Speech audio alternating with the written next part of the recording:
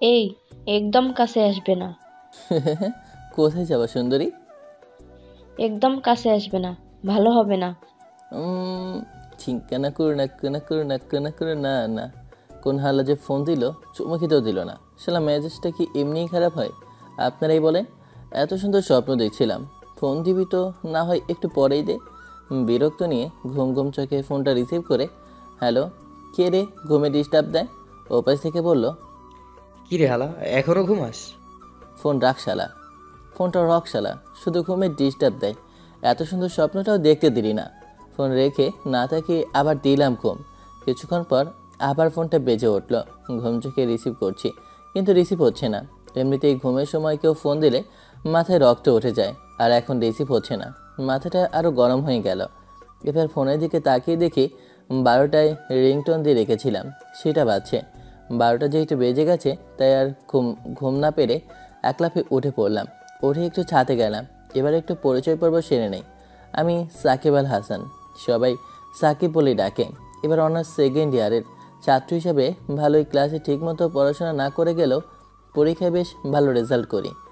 আমাদের ফ্যামিলি মধ্যবিত্ত। বাবার ছোট একটা বিজনেস আছে, আব্বা আর ভাইয়া সামলায়। ভাইয়ার বিয়ে হয়ে গেছে। ভাবি আমাকে খুব নিজের ছোট ভাইয়ের মতো আদর করে। আমিও নিজের বড় বোনের মতো ভাবিকে ভালোবাসি। আর যে তখন ফোন দিয়েছিল সে আমার শত্রু, থুক্কো বন্ধু রাকিব। স্কুল লাইফ থেকে একসাথে পড়াশোনা করে এই ভার্সিটি পর্যন্ত এসেছি। যদিও আমরা মোট 4 বন্ধু, সোহেল আর তারিকুল। 2টা মেয়ে ফ্রেন্ডও আছে, তবে রাকিব বেশ কাছের, যাকে বলে জানে জিগার দোস্ত। যাই, এবার গোসল করতে যাই। নামাজ পড়তে তো যেতে হবে। গোসল শেষ করে নামাজ পড়ে এসে বাসায় আসলাম। এসে রেডি হয়ে বাইক নিয়ে বের হয়ে গেলাম মায়ের বান্ধবীর বাসায়। চিনি না, তাই ভাইয়াকে দিলাম ফোন। 3বার রিং হতেই রিসিভ করলো। বল। তুমি তোমার ফোনের লোকেশন অন করো। আমি তো চিনি না সে ছোটোবেলায় কখন এসেছিলাম। ওকে।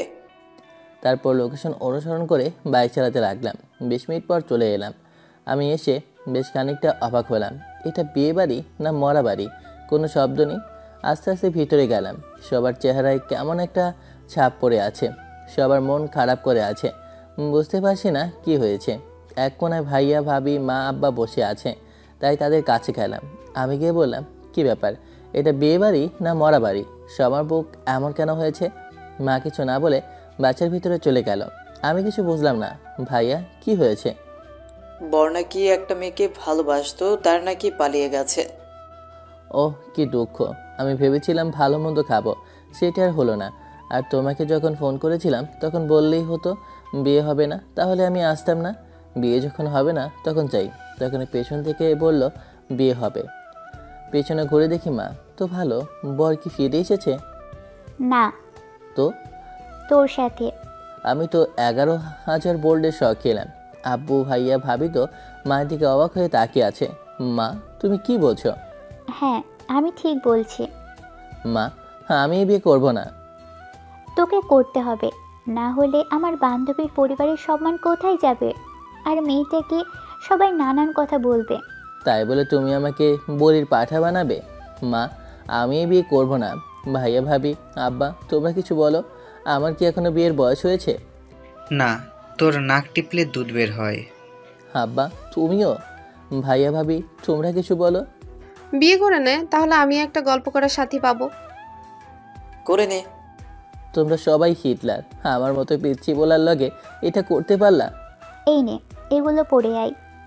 মা, চুপ করে এগুলো পড়ে আয়। বাধ্য হয়ে বিয়েটা করতে হলো। এখন বাসর ঘরের সামনে দাঁড়িয়ে আছি, যেতে ইচ্ছে করছে না। কি হতে কি হয়ে গেল? কেন যে বিয়ে বাড়িতে গিয়েছিলাম, রুমের বাইরে পায়চারি করছি। বাইরে কেন? ভেতরে না গিয়ে বাইরে এভাবে পায়চারি করছো কেন? আসলে ভাবি। যাও ভেতরে। ঠেলা দিয়ে ভেতরে ঢুকিয়ে দিল। বিড়ালটা ভালো করে মারিও। ধর, আমি মরছি আমার জ্বালায়, আর বিড়াল মারার কথা বলতে এসেছে। মনে মনে বললাম আর কি। আস্তে আস্তে ভেতরে যাচ্ছি। আমার ভেতর তো শুকিয়ে কাঠ হয়ে যাচ্ছে। ইতিমধ্যে হাত পা কাঁপতে শুরু করেছে। দেখি মেয়েটা বসে আছে। এখন পর্যন্ত দেখিনি কেমন। দেখা তো দূরের কথা, শালার আমি আমার বইয়ের নামটাও জানি না। কি কপাল। ভাবলাম এসে সালাম করবে, তা না করে বসে থাকলো। আমি সামনে যেতে মেয়েটা নিজেই ঘোমটা সরিয়ে দিল। আমি তো আবার 11,000 ভোল্টের শর্ট খেলাম। আপনি? তুমি এখানে? আমারও একই প্রশ্ন। শোনো, আমি তোমাকে স্বামী হিসেবে মানতে পারবো না। কেন? তোমার প্রশ্নের উত্তর দিতে বাধ্য নই। স্বামীর অধিকার ফলাতে আসবে না, আমাকে ডিভোর্স দিয়ে দিবা। সামিয়া মানে ম্যামের প্রতিটা কথা বুকে তীরের মতো লাগলো। ভাবিনি নতুন বইয়ের মুখেও এমন কথা শুনতে হবে। খুব কষ্ট হচ্ছে, চোখ তার নোনা পানি ঝরাতে চাচ্ছে। অনেক কষ্ট করে আটকে রাখলাম। মুখের কোণে একটা হাসি দিয়ে বললাম, তুমি এভাবে হাসো কেন? আমি তো অধিকার ঠিক আদায় করে নেব বলে এগিয়ে যেতে লাগলাম। আমি কিন্তু চিৎকার করব। আজ আপনার চিৎকার শুনে কেউ বাঁচবে না। আমি এগিয়ে যেতে লাগলাম আর সামিয়া পিছনে হাঁটতে লাগলো। একসময় সামিয়া বিছানায় পড়ে যায়। আমি সামিয়ার উপর ঝুঁকে পড়ি, একদম কাছে। ওর গরম নিঃশ্বাস আমার মুখে এসে লাগছে। সামিয়া ম্যাম চোখ বন্ধ করে নিয়েছে। আমি সামিয়ার মুখের দিকে চেয়ে আছি। কত সুন্দরটা না লাগছে, মন চাচ্ছে সারা জীবন তাকিয়ে থাকি। যত দেখি তত প্রেমে পড়ে যাই। আর দেরি না করে একটা কাঁথা আর বালিশ নিয়ে সরে গেলাম। এতক্ষণ হয়ে গেল আমি কিছু করছি না দেখে সামিয়া ম্যাম চোখ খুলে দেখে আমি নেই। তাই শোয়া থেকে উঠে বসে পড়ে। দেখে যে আমি মেঝেতে বিছানা করে শুয়ে আছি। সামিয়া ম্যাম আমার দিকে কিছুক্ষণ তাকিয়ে থেকে নিজেও শুয়ে পড়ল। আমি এটা ঠিক করছি? কে জানি। আমি অন্য পাশে শুয়ে শুয়ে চোখের পানি ঝরাচ্ছি। খুব কষ্ট হচ্ছে। কেন আমার সাথে এমন হলো? চলুন ফ্ল্যাশব্যাকে। কি রে, এই কয়েকদিন ভার্সিটি আসিস নি যে? একটু মামার বাড়ি গিয়েছিলাম। মামার বাড়ি রসের হাঁড়ি খেতে? তোরা সবাই কেমন আছিস? আমরা ভালো, তুই? আলহামদুলিল্লাহ ভালোই। জানিস আজ সকালে না একটা খুব সুন্দর স্বপ্ন দেখেছি। সবাই একসাথে বলল। কি? একটা মেয়েকে স্বপ্নে দেখেছি, যেন একটা পরী, কালো রঙের কাপড় পরে আছে, ঠোঁটটা হালকা গোলাপি, লিপস্টিক, হাতে নীল রঙের চুড়ি, চুলগুলো খোলা, যেন একটা অপসরী ভুল করে পৃথিবীতে চলে এসেছে। কিন্তু দুঃখের বিষয় তার মুখটা ভালোভাবে দেখতে পায়নি। আমার কথা শুনে সবাই হা হা করে হাসতে লাগলো। এই একদম হাসবি না, না হলে ভালো হবে না। তোর স্বপ্ন দেখা হবে, প্রেম করতে পারবি না। পারবো, সময় হোক। এইরকমই মেয়ে পেলে প্রেম করব। তুই বুড়ো হয়ে যাবি, কিন্তু তোর সময় হবে না, আর এরকম মেয়েও পাবি না। আবার সবাই হা হা করে হাসতে লাগলো। ভাই, স্বপ্ন স্বপ্ন হয়ে এমন মেয়ে পাবি না। আর স্বপ্ন যদি সত্যি হয় তাহলে আমি যে কত সন্তানের বাবা হতাম আল্লাহ জানে। রাকিবের কথা শুনে আবার সবাই হা হা করে হাসতে লাগলো। ওদের হাসি অসহ্য লাগছিল, তাই পেছনে করে হাঁটতে যাব, তখনই কার উপর পড়ে গেলাম। আহ কি নরম। আমি মেয়েটার দিকে অবলোক দৃষ্টিতে তাকিয়ে আছি। কি সুন্দর, যেন একটা হুর। মেয়েটা আমাকে ধাক্কা দিয়ে সরিয়ে দিল। মেয়েটা উঠল, আমিও উঠে পড়লাম। সাথে সাথেই ঠাস ঠাস করে দুইটা গালে। বেয়াদব ছেলে, তোর মা বাবা শিক্ষা দেয়নি? মেয়েদের দেখলেই মেয়েদের গায়ের উপরে পড়তে ইচ্ছে করে। কে কার কথা শুনছে? আমি তো পরি দেখতে ব্যস্ত। বেয়াদব আবার। মেয়েটা চলে গেল। আমি তাকিয়ে আছি, কোনো দিকে খেয়ালই নেই। থাকবে কি করে? আমি তো দেখতেই ব্যস্ত। আমি একেই আমার জীবনসঙ্গী বানাবো মনে মনে বললাম আর কি। বলছি আর মিটমিট করে হাসছে। কারো জোরে ধাক্কা দেওয়ার জন্য বাস্তবে ফিরলাম। কি হয়েছে? এভাবে ধাক্কা দিছিস কেন? যাক, তুই তাহলে বেঁচে আছিস। আমি তো ভাবলাম তুই পটল তুলে নিয়েছিস। তুললে তো ভালোই হতো, ফ্রি ফ্রি বিরিয়ানি খেতে পারতাম। মেয়েটা কে রে? প্রথম দেখাতেই প্রেমে পড়ে গেছে, যাকে বলে লাভ এট ফার্স্ট সাইট। শালা, তুই আর মেয়ে ফেলি না। এটা আমাদের নতুন ম্যাম।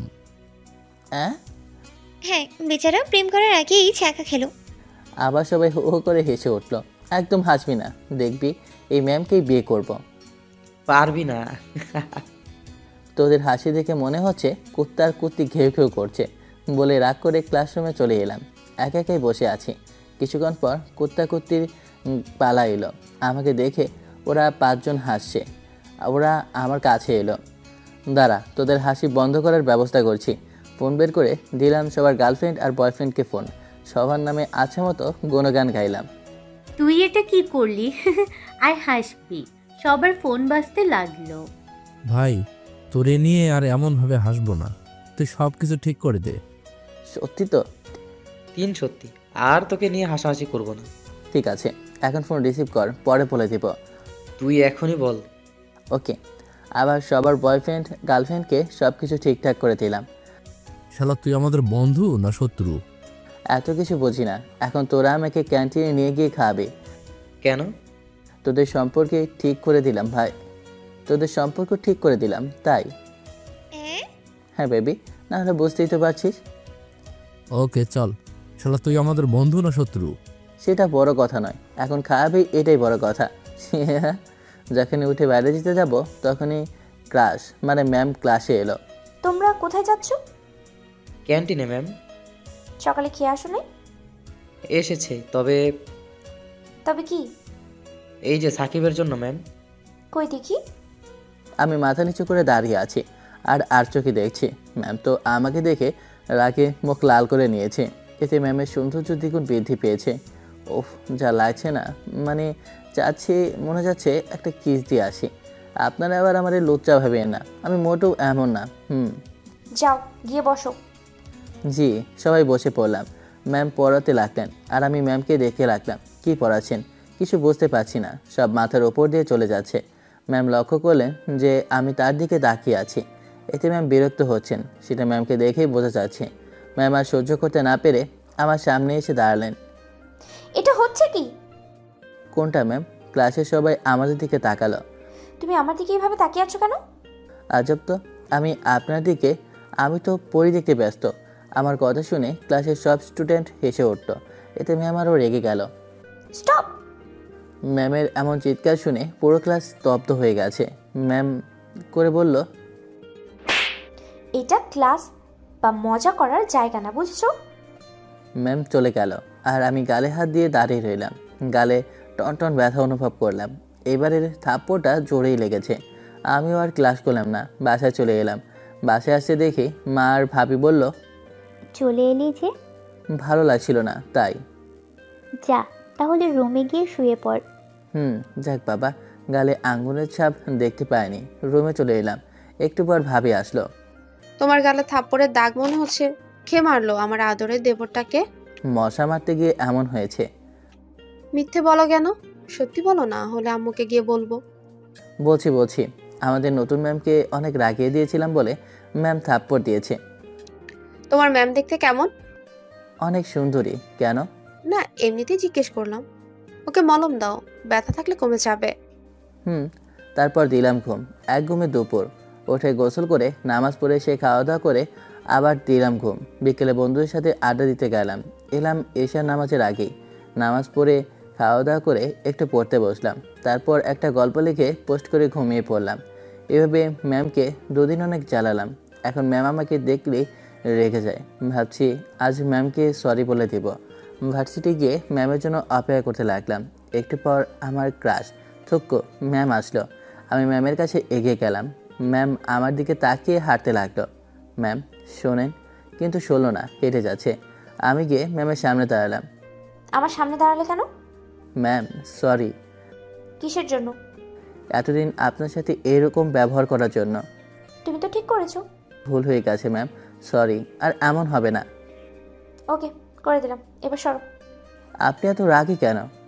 তোমাকে বলতে হবে নাকি? এত রাগেন কেন? আপনি রাগলে না আপনাকে সেই লাগে। তোমাকে না। হায় আবার রাগিয়ে দিলাম এক দৌড়ে বন্ধুদের কাছে। আমার এমন দৌড় দেখে ম্যাম একটু মুচকি হাসলো। কি রে কুত্তা, তুই এভাবেই দৌড়িয়ে আসলে কেন? এমনিতেই। মিথ্যা বলিস কেন? আমরা মনে হয় দেখলাম না। দেখলেই যখন তাহলে বলছিস কেন?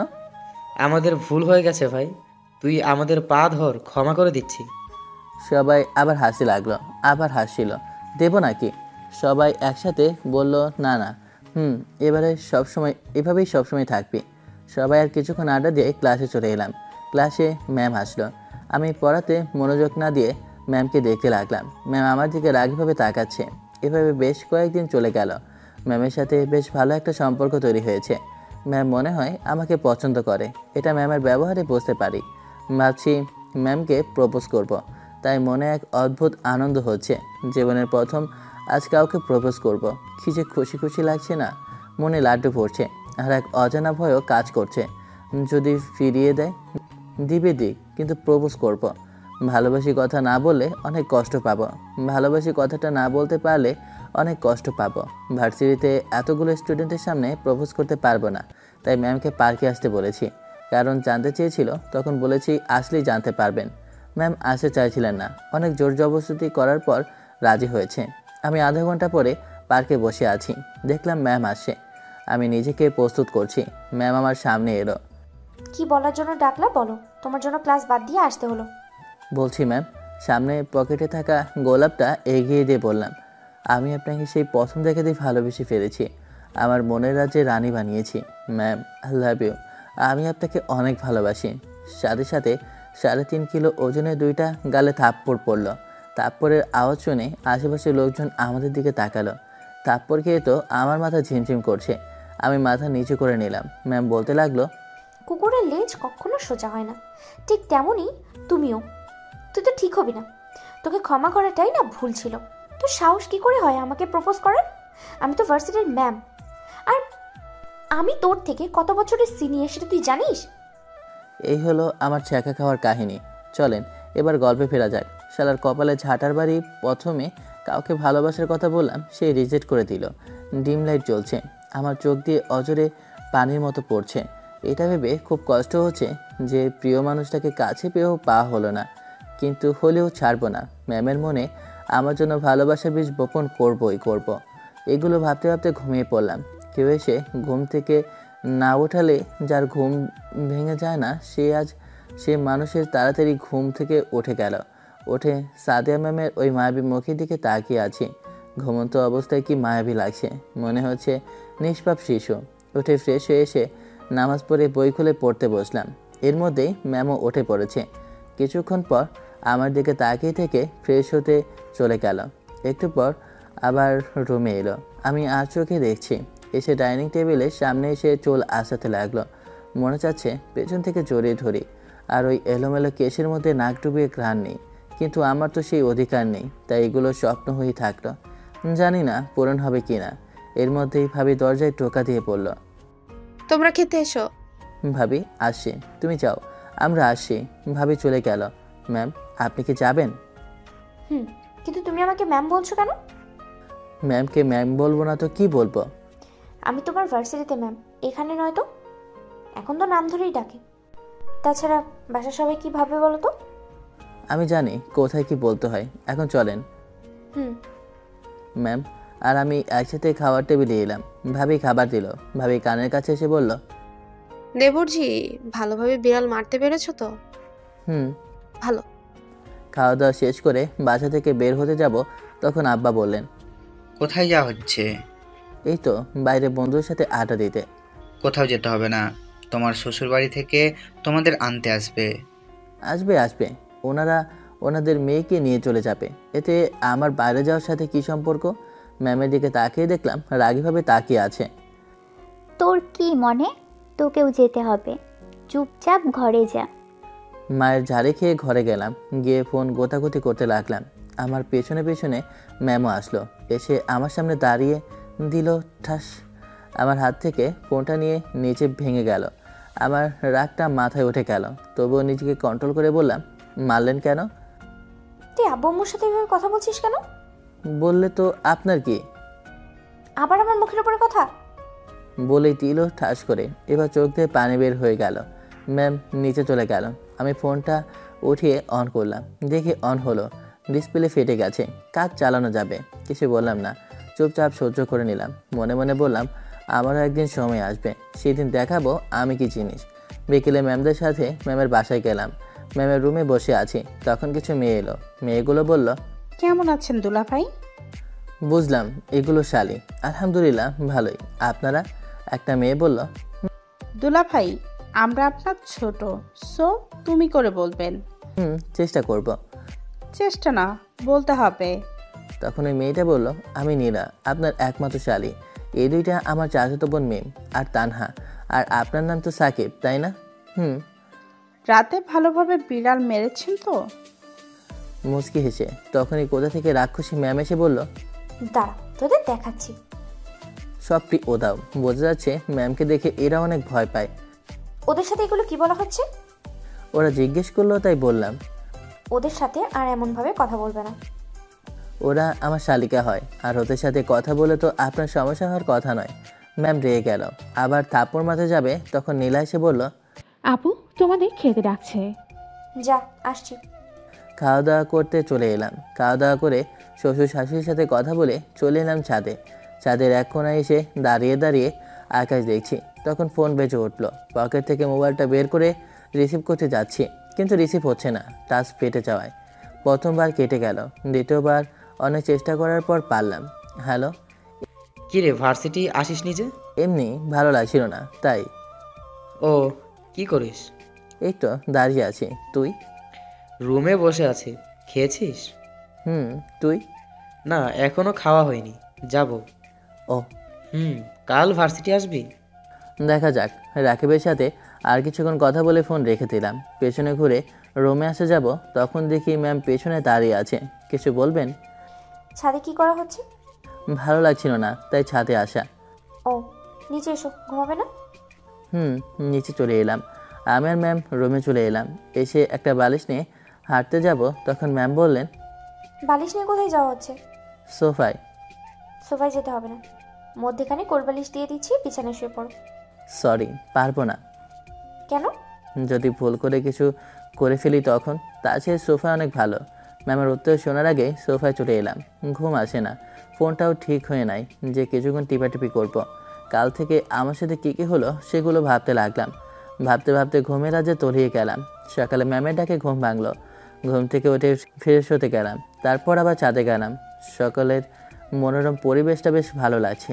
কি সুন্দর সূর্য ওঠার দৃশ্যটা। শালা, এতদিন এই জিনিসটা মিস করে দিয়েছি। কি সুন্দর একটা দৃশ্য। পেছন থেকে কেউ বলল, দুলা ভাই শুভ সকাল। রাতে ঘুম কেমন হয়েছে? পেছনে ঘুরে দেখি নীলা। শুভ সকাল। ঘুম ভালো হয়েছে তোমার? ভালো। সূর্যোদয় দেখেছেন বুঝি? তুমি কোন ক্লাসে পড়ো? এবার ইন্টার ফার্স্ট ইয়ারে পড়ি আমি। ও, আর কিছুক্ষণ কথা বলে নিচে চলে এলাম। তারপর খাওয়া দাওয়া করে রুমে চলে এলাম। রেডি হয়ে নিচে চলে এলাম। আর একদিন থেকে গেলে হয় না? না আম্মু, তোমার জামাইয়ের ক্লাস আছে। ও, থাকবি না যেহেতু, তাহলে যা। সবার কাছে বিদায় নিয়ে চলে এলাম। ম্যাম গাড়ি নিল। আর একটা কথা, ম্যামের আর্থিক অবস্থা আমাদের থেকে ভালো। আমি পেছনে বসে যাব, তখন ম্যাম বলল, আমাকে কি তোর ড্রাইভার মনে হয়? আপনাকে ড্রাইভার মনে হতে যাবে কেন? তুমি তো আমার বউ। আস্তে আস্তে বললাম। কিছু বললা? না। তাহলে সামনে আয়। বুঝি না, এই ম্যাম একবার তুই বলছে, আরেকবার তুমি করে বলছে কেন? মনে হয় এটা রোগ হবে। ম্যাম ডাইভ করতে লাগলো। ম্যাম, আপনি আমাকে হয় তুই করে বলবেন, না হয় তুমি করে বলবেন। আমার ইচ্ছে, এতে তোর কোনো সমস্যা? না, চুপ হয়ে গেলাম। বাসায় চলে এলাম। গাড়িতে থাকতে একটা কথা বলিনি। ব্যাগগুলো হাতে করে রুমে চলে এলাম। ম্যাম পেছনে পেছনে এলো। এখন আর কোথাও গেলাম না, বাসায় বসে কাটিয়ে দিলাম। বিকেলে বন্ধুর সাথে আড্ডা দিতে গেলাম। আমার বিয়ে হয়েছে এটা কেউ জানে না, আমি বলিনি, আর বলতেও চাই না যতদিন না ম্যাম আমাকে ভালোবাসবে। রহিম চাচার দোকানে সবাই আড্ডা দিই, সেখানে গেলাম। যেতে সেখানে সবাইকে পেয়ে গেলাম। কি অবস্থা তোদের? তিনজন বলল, ভালো। তোর? ভালো। দুদিন ভার্সিটি গেলি না যে? ভালো লাগছিল না, তাই কাল থেকে যাব। ও। তারপর সবাই বিভিন্ন গল্পে মেতে উঠলাম। কখন যে রাত 10টা বাজে গেছে বসতেই পারিনি। আচ্ছা দোস্ত, যাই রে, অনেক রাত হয়ে গেছে। যে যার মতো বাসায় চলে গেল। বাসায় আসতেই ভাবি বলল, এত রাত করলে যে? আড্ডা দিতে দিতে কখন যত রাত হয়ে গেছে বসতেই পারিনি। দেখি সোফায় ম্যাম ও মা বসে আছে। ভাবি, এই নাও তোমার ফুচকা। ধন্যবাদ, কিন্তু হঠাৎ করে আজ ফুচকা আনলে, কারণটা কি? কেন, মাঝে মধ্যে তো আনি। খেতে দাও, অনেক খিদে পেয়েছে। বসো। আমি খেতে বসলাম। কি রে, বৌমাকে খেতে বলবি না? কেন, এখনো খাইনি? আমাদের সাথে খেতে বললাম, কিন্তু খেলো না তো, তোমার সাথে খাবে বলে। ও, আসেন, খেতে আসেন। ম্যাম উঠে এলো। ম্যাম আমার দিকে রাগীভাবে তাকালো। তাতে কি, আমি কি তাকে ভয় পাই? সাকিব, তুমি সামিয়াকে আপনি করে বলছো কেন? এখন কি বলি? ও হ্যাঁ, আসলে ভাবি সামি আমার সিনিয়র তো, তাই। সিনিয়র তো কি হয়েছে, সামিয়া তোমার বউ। বউ না কচু, শুধু নামে বউ। ম্যামের দিকে তাকিয়ে বললাম আস্তে আস্তে। ম্যাম মনে হয় শুনতে পেয়েছে, তাই কেমন করে তাকালো। খাওয়া দাওয়া শেষ করে রুমে চলে এলাম। একটু পর ম্যাম আসলো। ম্যাম রুমে আসতেই একটা ক্যাডবেরি চকলেট আর একটা ফুল সামনে এগিয়ে বললাম, I love you ma'am. Ma'am ফুলটা আর চকলেটটা নেওয়ায় আমি তো মহা খুশি, কিন্তু পরক্ষণেই মন খারাপ হয়ে গেল। ম্যাম ফুল আর চকলেটটা ফ্লোরে ছুঁড়ে ফেললো। এত পিরিত দেখাতে আসবি না। চুপ হয়ে গেলাম। তারপর বালিশ আর কাঁথা নিয়ে ফ্লোরে বিছানা করে শুতে যাব, তখন ম্যাম বলল, তুই না পড়ে ঘুমাতে যাচ্ছিস কেন? আমি রাতে পড়ি না। ম্যাম কোনো কথা না বলে আমার কাছে এসে আমি ম্যামের দিকে তাকিয়ে আছি। তুই পড়তে বসবি না, তোর ঘাড় পড়তে বসবে। ওঠ, 12টা পর্যন্ত পড়বি। আর এত রাত করে বাসায় ফিরলি কেন? এদিন থেকে যদি দেরি করিস না, তখন দেখবো কি করি তোর। উঠবি নাকি আরো দুটো দেবো? চুপচাপ উঠে গেলাম। বুঝি না ম্যাম আমার সাথে এমন কেন করছে। বই মেলে পড়তে বসলাম, কিন্তু পড়ায় মন বসে না, বারবার ঘুম চলে আসে। যখন হালকা ঘুমিয়ে পড়েছি, তখন ম্যাম একটা লাঠির বাড়ি দিল। লাঠির বাড়ি খেয়ে আবার পড়তে লাগলাম। বুঝতে পারছি না ম্যাম আমার সাথে এমন আচরণ করছে কেন। পরের দিন সকালে মনটা একটু ভালো নাই, তাই কাউকে না বলে বের হয়ে গেলাম ভার্সিটির উদ্দেশ্যে। একটা রেস্টুরেন্টেও খেয়ে নিলাম। ভার্সিটি গিয়ে বসে থাকলাম, কেউ আসেনি। ফোনটাও কাজ করছে না, তাই বাসায় রেখে এসেছি। ফোন দিলে কেউ পাবেও না। ওইদিকে বাসায় ম্যাম খেতে এলো, তখন ভাবি বলল, সামিয়া সাকিব কোথায়? ওকে ডাকো। নিচে আসেনি? না। সকাল থেকে তো রুমেও দেখছি না, তাহলে গেল কোথায়? ওকে ফোন দিয়ে দেখো তো। ফোন তো রুমেই রেখে এলাম। এতক্ষণে আব্বা ভাইয়া বাসার সবাই জানাজানি হয়ে গেল। এত চিন্তা কেন করছো তোমরা? মনে হয় ও বন্ধুদের বাসায় গেছে। কিন্তু এত সকাল সকাল? কোনো কাজে গেছে হয়তো।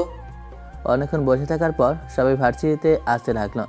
একটু পর 3 হারামি আর 2 হারামজাদি এলো। আমাকে দেখে তো ভূত দেখার মতো অবস্থা ওদের। কি ব্যাপার মামা, প্রতিদিন তুমি সবার পেছনে আসো আর আজ তুমি সবার আগে, কারণটা কি? তেমন কিছু না, বাসায় ভালো লাগছিল না, তাই চলে আসলাম। তো তোরা কেমন আছিস? সবাই একসাথে বলল। ভালো, তুই? ভালো। 2 দিন আসলি না যে? ভালো লাগছিল না, তাই আসেনি। তোকে কাল রাতে ফোন দিলাম, কিন্তু বন্ধ বললো কেন?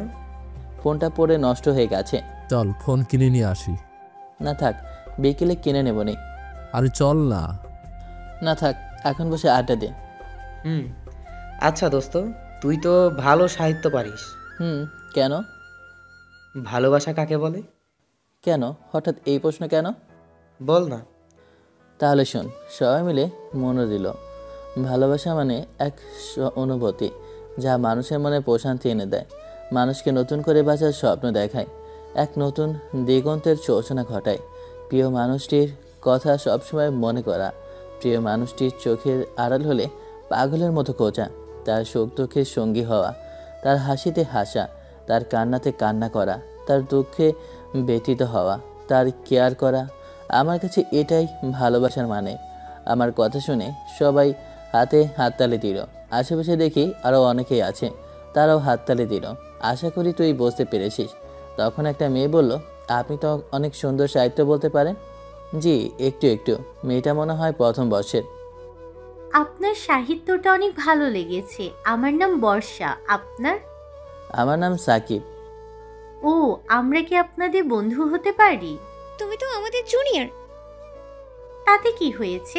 বন্ধুদের মধ্যে আবার ছোট বড়র কি আছে? বন্ধু তো বন্ধুই, তাই না? ওকে, আজ থেকে আমরা ফ্রেন্ড। তারপর বর্ষা সবার সাথে পরিচয় হয়ে নিল। আচ্ছা, আমি এখন যাই। ওকে। বর্ষা মেয়েটা চলে গেল। দেখতে মাশাআল্লাহ অনেক সুন্দর, একবারে কিউটে ডিব্বা। দোস্ত দেখ, ম্যাম আসছে। তো আমি কি করব?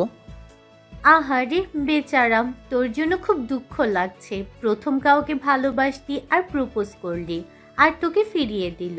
তোর জন্য খুব দুঃখ হচ্ছে। সবাই হাসতে লাগলো, আমি শুধু ওদের হাসি শুনছি। আর গত শুক্রবারে তো ম্যামের বিয়ে হয়ে গেছে। কি যে কষ্ট।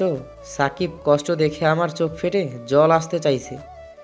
এখন একটু শীত শীত লাগছে, তাই হয়তো পানিগুলো বরফ হয়ে গেছে, তাই বের হচ্ছে না। কার সাথে বিয়ে হয়েছে সেটা তো জানি না, জানলে হয়তো জমিন থেকে আকাশে পড়বি। থুক্কো, আকাশ থেকে জমিনে পড়বি সবাই। কুত্তা কুত্তিগুলো হো হো করে হাসে। ম্যাম যখন আমাদের সামনে এলো, তখন সবটি দাঁড়িয়ে সালাম দিল, শুধু আমি বাদে। আমি মাথা নিচু করে বসে আছি। ম্যাম আমাকে দেখে রাগীভাবে তাকাচ্ছে। ওয়ালাইকুম আসসালাম। আলহামদুলিল্লাহ ভালো, তোমরা? সবাই বলল আলহামদুলিল্লাহ ভালো। ম্যাম, একটা কথা বলি, যদি কিছু মনে না করুন। বলো। আপনার শুক্রবার বিয়ে হলো আর আজ ভার্সিটি এলেন যে? 2 দিন ছুটি নিয়েছিলাম তাই। ও তো স্যারের সাথে এলেন বুঝি? আরে না, তোমাদের স্যার কাজে ব্যস্ত আছে তাই আসতে পারেনি। ও আচ্ছা আমি এখন যাই। আর তোমার তোমার ক্লাসে যাবে না? জি যাব, সময় হলেই। ওকে বাই, ক্লাসে দেখা হচ্ছে। ম্যাম চলে গেল। দোস্ত তুই রিয়ার কথা হ্যাঁ বলে দে। না থাক, আমি এখনই ভালো আছি। ভাবছেন রিয়াটা আবার কে? রিয়া হচ্ছে আমাদের ক্লাসমেট, দেখতে বেশ সুন্দর, ক্রাশ খাওয়ার মতো। রিয়া সবসময় আমার সাথে লেগে থাকে, এখনও আসেনি তাই শান্তিতে বসে আছি। আমাকে একবার প্রপোজ করেছিল কিন্তু আমি ফিরিয়ে দিয়েছি। ওই দেখ রিয়া আসছে, রিয়াকে আজ হ্যাঁ বলে দে। দরকার নেই, রিয়া আমাদের কাছে আসলো। হাই, কেমন আছে সবাই? ভালো, তুমি? ভালো। কি ব্যাপার সাকিব, তোমার মন খারাপ মনে হচ্ছে? কিছু হয়নি তো? বেচারা দেবদাস। সাকিব, দেবদাস বলছো কেন? আমি চোখ রাঙিয়ে রাকিবের দিকে। না তেমন কিছু না, এমনিই বললাম। আচ্ছা যাই বলে হাঁটতে লাগলাম। তখনই রিয়া পেছন থেকে হাত ধরে বলে, কোথায় যাও? ক্লাসে। আর কোথায় যাব? ওহ, তাহলে আমাদের সাথে নিয়ে যাও কেমন? তোমাদের কি পা নেই? ভাই পা তো আছেই। তাহলে? কিছু না। আচ্ছা তোর কি হয়েছে বলতো? তখন থেকে মন খারাপ করে আছিস। কিছু না, এমনি ভালো লাগছে না। চল, ক্লাসের সময় হয়ে গেল। চল। ক্লাসে চলে এলাম। ক্লাসে এসে আমি আর রাকিব বসলাম শেষ দিকে। প্রথম ঘন্টা শেষ হলো, এবার ম্যামের ক্লাস। ম্যাম এলো, সবাই সালাম দিল। ম্যাম উত্তর দিলেন, ক্লাস শুরু হয়ে গেল। আমার যা অভ্যাস, পড়ায় মনোযোগ না দিয়ে ম্যামকে দেখতে লাগলাম। কি সুন্দর করে পড়াচ্ছে আমার বউটা। মনে চাচ্ছে এভাবে তাকিয়ে থাকি। আমার এভাবে তাকিয়ে থাকা দেখে মনে হয় ম্যাম বিরক্ত হচ্ছেন, আমার দিকে রাগীভাবে তাকাচ্ছে। ভাই তাকিয়ে থেকে কোনো লাভ নেই, ম্যাম এখন অন্য কারো হয়ে গেছে। তুই তোর কাজ কর আর আমাকে আমার কাজ করতে দে, আর লাভ ক্ষতি আমি বুঝবো। তোর যা ইচ্ছে কর। শালা লুচ্চা অন্যের বউয়ের দিকে নজর দেয়। তুই চুপ থাকবি না তোর গ্রাফের কাছে তোর নামে উল্টাপাল্টা বলবো? তুই এটা ছাড়া আর কি পারবি? দাঁড়াও। ম্যামের কথা শুনে ম্যামের দিকে তাকালাম। কি হলো, তাড়াতে বললাম না? রেগে ঝাড়ি দিয়ে ম্যামের ঝাড়ি শুনে দুজন উঠে পড়লাম। এটা ক্লাস নাকি গল্প করার জায়গা? ক্লাস। তাহলে গল্প করছো কেন? আসলে ম্যাম। আসলে কি? ভুল হয়ে গেছে ম্যাম। নেক্সট টাইম যেন না দেখি, না হলে ঘাট ধাক্কা দিয়ে বের করে দিব। Okay ma'am. বসে গেলাম। ম্যাম পড়াতে লাগলো, আমি আবার খেতে লাগলাম। একে একে সব ক্লাস করতে লাগলাম। ক্লাস শেষে আবার আড্ডা দিতে লাগলাম। প্রায় সন্ধ্যা হয়ে গেল। কলিং বেলে চাপ দিতেই ম্যাম এসে দরজা খুলে দিল। এতক্ষণ কোথায় ছিলি? কোনো কথা না বলে রুমের দিকে যেতে লাগলাম। সকালে না বলে কোথায় গিয়েছিলি? বন্ধুদের কাছে আর কোনো কথা না বলে রুমে চলে এলাম। পেছনে পেছনে ম্যামও রুমে আসলো। এসে দুইটা গালে। আমি আবার কি করলাম? মারলেন কেন? এতক্ষণ কোথায় ছিলি? আর তোর ভার্সিটি কখন শেষ হয়েছে? মাথা নিচু করে দাঁড়িয়ে রইলাম। আরও দুইটা দিল। এবার চোখ দিয়ে পানি বের হয়ে গেল। কথা বলিস না কেন? আর ওই রিয়ার সাথে কি? হ্যাঁ, খুব ঘেঁষাঘেঁষি করে কথা বলছিলি। কিছু বললাম না, শুধু চুপ করে দাঁড়িয়ে আছি। আমিও থাপ্পড় মারতে পারি, কিন্তু কেন জানি মারতে পারছি না, মন চাই দিয়েছে না। সন্ধ্যার পর ছাদে দাঁড়িয়ে আছি আর আনমনে ভাবছি ম্যাম আমার সাথে এমন কেন করছে। আমি তো তেমন কিছু করি নাই। এভাবে চলতে থাকতো তো আমাকে খুঁজেই পাওয়া যাবে না। যে করে হোক ম্যামকে তো আমার বসে আনতেই হবে।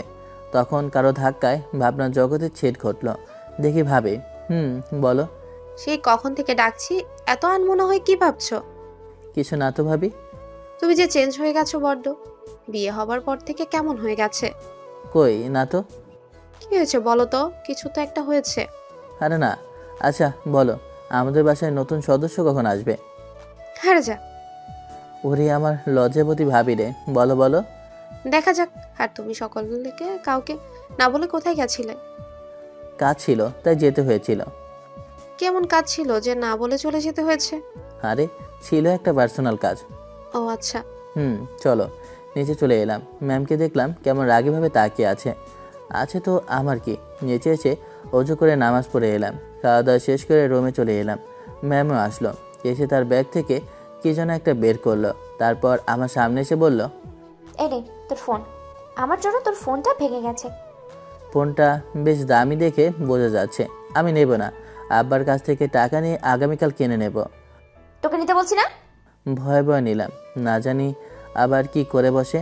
ফোনে সিম কার্ড লাগিয়ে ওপেন করলাম। ফোনটা বেশ সুন্দর। ফোনটি বাবার দিয়ে পড়তে বস। নতুন ফোন, একটু টিপি না। তোকে আমি পড়তে বসতে বলিনি। সব সময় এমনভাবে ধমক কেন দেন? একটু ভালোবেসে বলতে তো পারেন না। তুই যে ছেলে, তোকে ভালোভাবে বললে মাথায় উঠে নাচবি। আপনার এই ছোট মাথার উপর কেমনে করে নাচবো? আবার তোকে পড়তে বসতে বলছি না। আপনার হাতটা কি নরম। তোকে তো আমি ম্যামের একবারে কাছে গিয়ে বললাম, তুই সরে দাঁড়াবি। কি বললেন? দেখাচ্ছি। আবার একটা সরে বসলাম। আপনার রাগের চেহারাটা না দেখতে অনেক সুন্দর। আপনার নাকটা যখন লাল হয়ে যায় তখন ইচ্ছে করে নাকে একটা কামড় দিই। তোর রোমান্টিকতা বের করছি বলে আবার থাপ্পড় মারতে এলো। আমি এবার হাত ধরে নিয়ে ঘুরিয়ে দিলাম, তারপর দুটো ধরে পেছন থেকে জড়িয়ে ধরলাম। কানের কাছে ফিস ফিস করে বললাম, ম্যাম বউ এত রাগ ভালো না। সাকিব ছেড়ে দে, না হলে ভালো হবে না। কিছুই করতে পারবেন না। ম্যাম চুপ হয়ে গেল। ম্যামকে ছেড়ে দিলাম। তারপর টেবিলের কাছে এসে পড়তে লাগলাম। একটু পর পাশে তাকালাম ম্যাম কি করছে সেটা দেখার জন্য। দেখি বিছানায় বসে বসে কি যেন বলছে, হয়তো আমার 14 গোষ্ঠী উদ্ধার করছে। আমি একটা মুচকি হাসি দিলাম। ম্যাম এত মারছে তাও কেন জানি ভালো লাগছে। আস্তে আস্তে ম্যামের প্রতি আরও দুর্বল হয়ে যাচ্ছি। পড়া শেষ করে ঘুমিয়ে পড়লাম। পরদিন সকালে ম্যাম আমার উপরে দিল 1 বালতি পানি ঢেলে। শরীরে পানি পড়ায় মাগো 7 ফুট হয়ে বৃষ্টি পড়ছে। এই তোর ন্যাকামি বন্ধ করবি? ম্যামের দিকে একদিনে তাকিয়ে থাকলাম। উঠবি নাকি আরেক বালতি পানি দেবো? ওসি শালার কি কপাল, কোথায় চুমুকে ঘুম ভাঙবে তা না, পানি ঝাপটায় ঘুম ভাঙছে। কিছু বললি? না কিছু বলি নাই। কিছু না বললি তোর জন্য ভালো। তাড়াতাড়ি উঠে ফ্রেশ হয়ে আয়, নাহলে তোর কপালে দুঃখ আছে। ও শাশুড়ি মা, তুমি এই কেমন মেয়ে জন্ম দিয়েছো, একটুতেই তেলে বেগুনে জ্বলে ওঠে। এই বিড়বিড় করে কি বলছিস? কিছু না। উঠে ফ্রেশ হতে গেলাম। ফ্রেশ হয়ে এসে খেতে বসলাম। তোর লেখাপড়া কেমন চলছে? আব্বু, আপনার ছেলে একটুও লেখাপড়া করে না, শুধু মেয়েরাই পেছনে ঘুরে বেড়ায়। আমি তো আকাশ থেকে পড়লাম। ম্যামের দিকে ভ্রুকুচকে তাকালাম। আমি মেয়েদের কাছ থেকে বলতে 2 হাত দূরে দিয়ে চলাফেরা করি, আর আমি কি না মেয়েদের পেছনে ঘুরঘুর করি? কি মিথ্যা কথাই না বলছে। ম্যাম আমার দিকে তাকিয়ে মুচকি মুচকি হাসছে। বৌমা যা বলেছে তা কি সত্যি? নাউজুবিল্লাহ, তবা তবা, তোমার বৌমা মিথ্যা বলছে। না আব্বু, তোমার ছেলে মিথ্যে কথা বলছে। না আব্বা, তোমার বৌমা মিথ্যা বলছে। সামিয়া সাকিব মোটে এমন না, মিথ্যে বলো কেন? ভাবির কথা শুনে ম্যাম চুপ হয়ে গেল। আমার সুইট ভাবি, আমাকে কেউ বিশ্বাস না করলেও তো আমার ভাবি বিশ্বাস করে। হয়েছে, এবার সবাই চুপ করে খেয়ে নাও। খেয়ে দিয়ে রুমে চলে এলাম। একটু পর ম্যাম আসলো। আমি ম্যামকে দেখে মিটি মিটি হাসি। এভাবে হাসছিস কেন? না এমনি। রুম থেকে বের হ, আমি ড্রেস চেঞ্জ করব। আমি তো আপনার স্বামী, আমি থাকলে সমস্যা কোথায়? তুই বেরোবি? আমি ভয়ে ভয়ে বের হয়ে গেলাম। আল্লাহ, এই একখান পো পেয়েছি। একবার কাঁচামরিচ। ছাদে চলে এলাম। একটু পরে একটা গোলাপ নিয়ে নিচে এলাম। এসে দরজার কাছে টোকা দিতেই ম্যাম দরজা খুলে দিল। আমি একটা মুচকি হাসি দিয়ে ভিতরে গেলাম। ম্যামকে ফুলটা এগিয়ে দিয়ে আবার প্রপোজ করলাম। ম্যাম ফুলটা নিয়ে ছুঁড়ে ফেললো। আমি একটু মুচকি হাসি দিলাম। তো প্রপোজাল গুষ্টি কেলে? আবার মুচকি হাসি দিলাম। তারপর ভার্সিটি যাওয়ার জন্য বের হতে লাগলাম। একসাথে নিচে এলাম। ওয়াও, দুজন বেশ ভালোই মানিয়েছে। ভাবি একটা মুচকি হাসি দিল। ম্যাম নীল রঙের শাড়ি, কালো রঙের ব্লাউজ, আর চুলগুলো ছেড়ে বেশ ভালোই লাগছে, কিন্তু শরীরে অনেক অংশই দেখা যাচ্ছে। এটা দেখে খারাপ লাগছে। আমার ভালো লাগা খারাপ লাগাতে তো ম্যামের কোনো আসা যায় না। তাই রুমে চেঞ্জ করে অন্য কিছু পড়তে বললাম, কিন্তু শুনলো না। বাসার বাইরে এলাম। আমি বাইক বের করলাম। ম্যাম যাবেন? না, আমি গাড়িতে যাব। তাহলে আমিও আসি। তুই বাইকে করে যা। মনটা একটু খারাপ হলো। বাইকটা নিয়ে চলে এলাম ভার্সিটিতে। পাস কুর্তি বসে আছে, সাথে বসাও আর কয়েকটা মেয়েও বসে আছে। কিরে তোরা সবাই কেমন আছিস? সবাই বলল ভালো। তুমি? ভালো। রাকিবের পাশে বসে পড়লাম। সবাই গল্পে মেতে উঠলাম। একটু পর আমার ম্যাম বউ গাড়ি নিয়ে ভার্সিটিতে আসলো। ম্যাম গাড়ি থেকে নামলো। তখন রাকিব বলল, ভাই ম্যামকে দেখ, সেই সুন্দর লাগছে। রাকিবের মাথায় দিলাম চাটি। শালা পরের বইয়ের দিকে নজর দিতে লজ্জা করে না? নিজেই গতকাল তাকিয়েছিল, আবার আমাকে জ্ঞান দিতে আসছে। তুই তোর কাজ কর, না হলে বুঝতে তো পারছিস। দেখ মাসুদ ভাইয়ের ম্যামের দিকে যাচ্ছে। তরিকুলের কথা শুনে ম্যামের দিকে তাকালাম। মাসুদ আর তার বন্ধুরা সবসময় মেয়েদের বিরক্ত করে। মাসুদ আমাদের এক ক্লাস সিনিয়র, তার উপর এই ভার্সিটির সভাপতি ছেলে, তাই ভয়ে কেউ কিছু বলতে পারে না। দোস্ত, ম্যামকে আজ সেই সেক্সি লাগছে। মাসুদ, ভদ্রভাবে কথা বলো। মাসুদ ম্যামের চুল হাতে নিয়ে নাকের কাছে নিয়ে এসে বলছে, ম্যাম কি শ্যাম্পু ব্যবহার করুন? এদিকে আমার তো মাথায় রক্ত উঠে গেছে, চোখ দুটো রক্তবর্ণ ধারণ করেছে। ম্যাম রেগে গিয়ে দিল 2 গালে 2টা থাপ্পড়। তোর বাবা মা তোকে ভদ্রতা শেখায়নি? তোর তো সাহস কম না। ম্যামের শাড়ির আঁচড় ধরে, এখানে যদি টান দেই তাহলে কি হবে বুঝতে পারছিস? ভার্সিটির সবাই এই দৃশ্য দেখছে। ম্যামের চোখ দিয়ে পানি বের হয়ে গেল। আমি আর বসে না থেকে গেলাম ওদের কাছে। রাখি তো দাঁত কটমট করছে। কাছে গিয়ে মাসুদের কাছ থেকে টান দিয়ে আঁচলটা টেনে নিয়ে দিলাম এক লাথি। মাসুদ কিছু দূরে গিয়ে পড়লো। তখন মাসুদের বন্ধুরা আমার দিকে এগিয়ে আসতে লাগলো। দিলাম ওদেরকেও। মাসুদ ওঠে, তোর তো সাহস কম না, তোকে দেখাচ্ছি। আমাকে মারতে আসলো। তখন দিলাম ওর মেন পয়েন্টে। মাসুদ চিৎকার দিয়ে উঠলো, তারপর জ্ঞান হারিয়ে ফেললো। আমার তো মনে হয় কোনোদিনও বাবা হতে পারবে না। ম্যামের কাছে গিয়ে দিলাম 2 গালে থাপ্পড়। ম্যাম আমার দিকে তাকালো। শাড়ি পরতে বারণ করলাম না? এখন তো ভালো লাগার কথা, তো কাঁদছেন কেন? মানুষকে তো শরীর দেখানোর খুব শখ, তাই না? তাহলে কান্না করছেন কেন? কান্না থামান, না হলে আরও 2টা দেব। সবাই অবাক হয়ে তাকিয়ে আছে আর বোঝার চেষ্টা করছে এখানে কি হচ্ছে। রাকিবকে পকেট থেকে বাইকের চাবিটা দিয়ে বললাম, বাসায় বাইকটা পৌঁছে দিস। তারপর ম্যামের হাতে টানতে টানতে গাড়ির কাছে নিয়ে এলাম। এসে ম্যামকে গাড়িতে বসিয়ে দিয়ে আসি। গাড়ি ড্রাইভ করতে লাগলাম। ম্যাম আমার দিকে তাকিয়ে আছে। গাড়ি নিয়ে শপিং মলে এলাম। ম্যামকে রেখে শপিং মলের ভিতরে গেলাম। গিয়ে 3টা বোরকা আর 3টে হিজাব কিনে গাড়ির কাছে এলাম। এসে গাড়ি নিয়ে বাসায় চলে এলাম। আবার গাড়ি থেকে নামিয়ে রুমে আনলাম। আপনার শাড়ি পরার শখ ঘোচাচ্ছি, রুমে আসেন বলে শপিং ব্যাগগুলো নিয়ে চলে এলাম। ম্যাম পেছনে পেছনে এলো। কি রে, এই তো ভার্সিটি গেলি, আবার চলে এলি যে?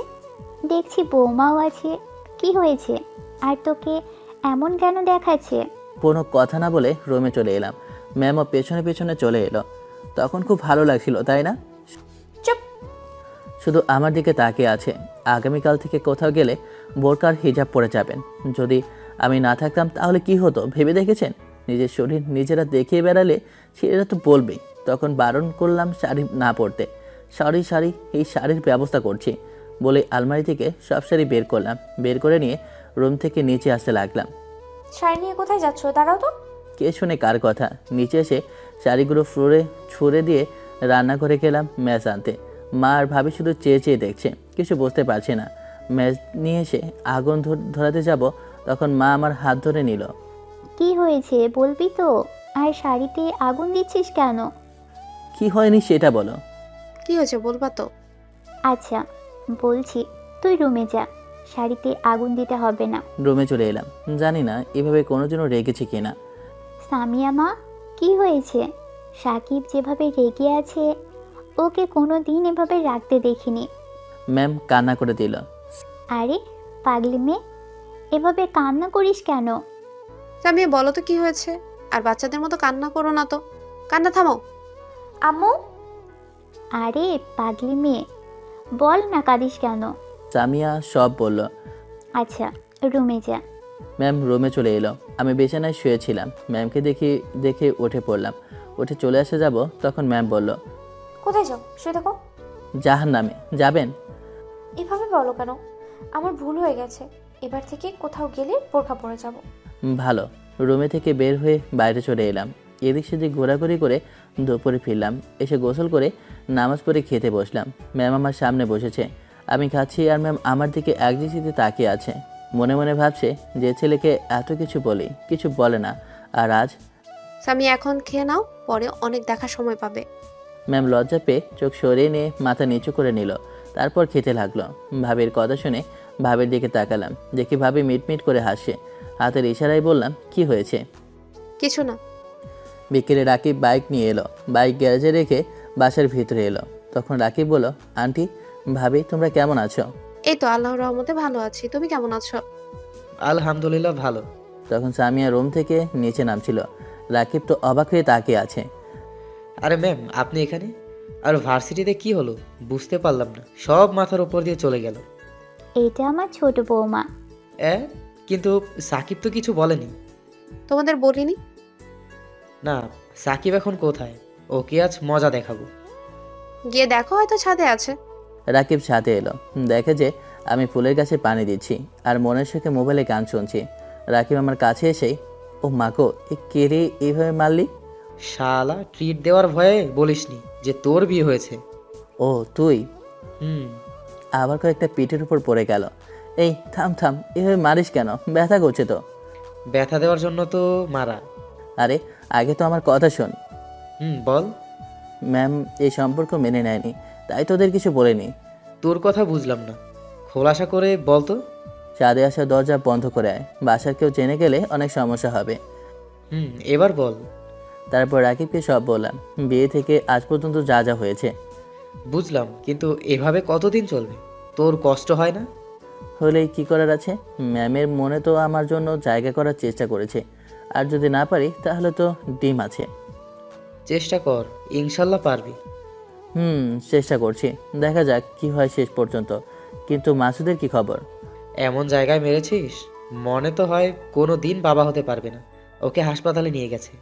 ওর ব্যবস্থা ঠিকই করেছি। শালা, ওর জন্য মেয়েরা ভালো মতো ভার্সিটি আসতে পারে না, সবসময় মেয়েদের ইজ্জত নিয়ে টানাটানি করে। ঠিক করেছিস, কিন্তু ওর বাপ কি তোকে ছেড়ে দিবে না? ওর বাবা তো এইখানের এমপি। এখনো কিছু হয়নি, তাহলে আর কিছু হবেও না। কে জানি। রাতে খাওয়া দাওয়া শেষ করে রুমে এসে পড়তে বসলাম, আর চোখে দেখলাম ম্যাম আমার দিকে তাকিয়ে আছে। এই ম্যামের আবার কি হলো? এইভাবে সবসময় তাকিয়ে থাকছে কেন বুঝলাম না। তাহলে কি আমার জন্য ম্যামের মনে কিছু ফিলিংস হচ্ছে? হবে হয়তো। পড়া শেষ করে বিছানার কাছে গেলাম বালিশ আর কাঁথা নিতে। গিয়ে তো অবাক, বালিশ একটা কাঁথাও একখান। ম্যামের দিকে তাকালাম, দেখি মিটমিট করে হাসছে। আর একটা বালিশ কোথায়? নাই। নাই মানে? আমি কি ঘুমাবো না? তো কোথায়? বিছানায়। বিছানায় মানে? আর বিছানায় ঘুমাতে গেলে তো আর একটা বালিশ লাগবে। লাগবে না, তুমি বালিশে মাথা দিয়ে ঘুমাবা, আর আমি তোমার বুকে ঘুমাবো। পারবো না, আর একটা বালিশ এনে দেন। কেন? এমনি। আমি তো অনেক খুশি, কিন্তু আমাকে যে কষ্ট দিয়েছে ততটুকু না দিয়ে কি ছেড়ে দেব? আমি কি এতটাই ভালো মানুষ আপনারই বলেন? তুই ঘুমাবি না, তোর ঘাড় ঘুমাবে। হ্যাঁ, এতক্ষণ তো কত সুন্দর করে তুমি করে বলছিল, আর এখন তুই। এই ম্যাম বউয়ের মন বোঝা অনেক কঠিন। ম্যাম রেগে আমার সামনে উঠে এলো, আমি তো ভয় শেষ, না জানি এখন কি করে। এতক্ষণ চুপ ছিলাম বলে তোর সাহস বেড়ে গেছে, তাই না? দিব একটা। ম্যামের দিকে তাকালাম। এভাবে না তাকিয়ে ঘুমা, নাহলে আর একটা দেবো। আর মার খেতে চাই না, শুয়ে যাই, মনে মনে ভাবলাম। শুয়ে পড়লাম, ম্যামও আমার বুকে মাথা দিয়ে শুয়ে পড়লো। বেশ ভালো লাগছে, মন চাইছে ইচ্ছে মতো কিস করি।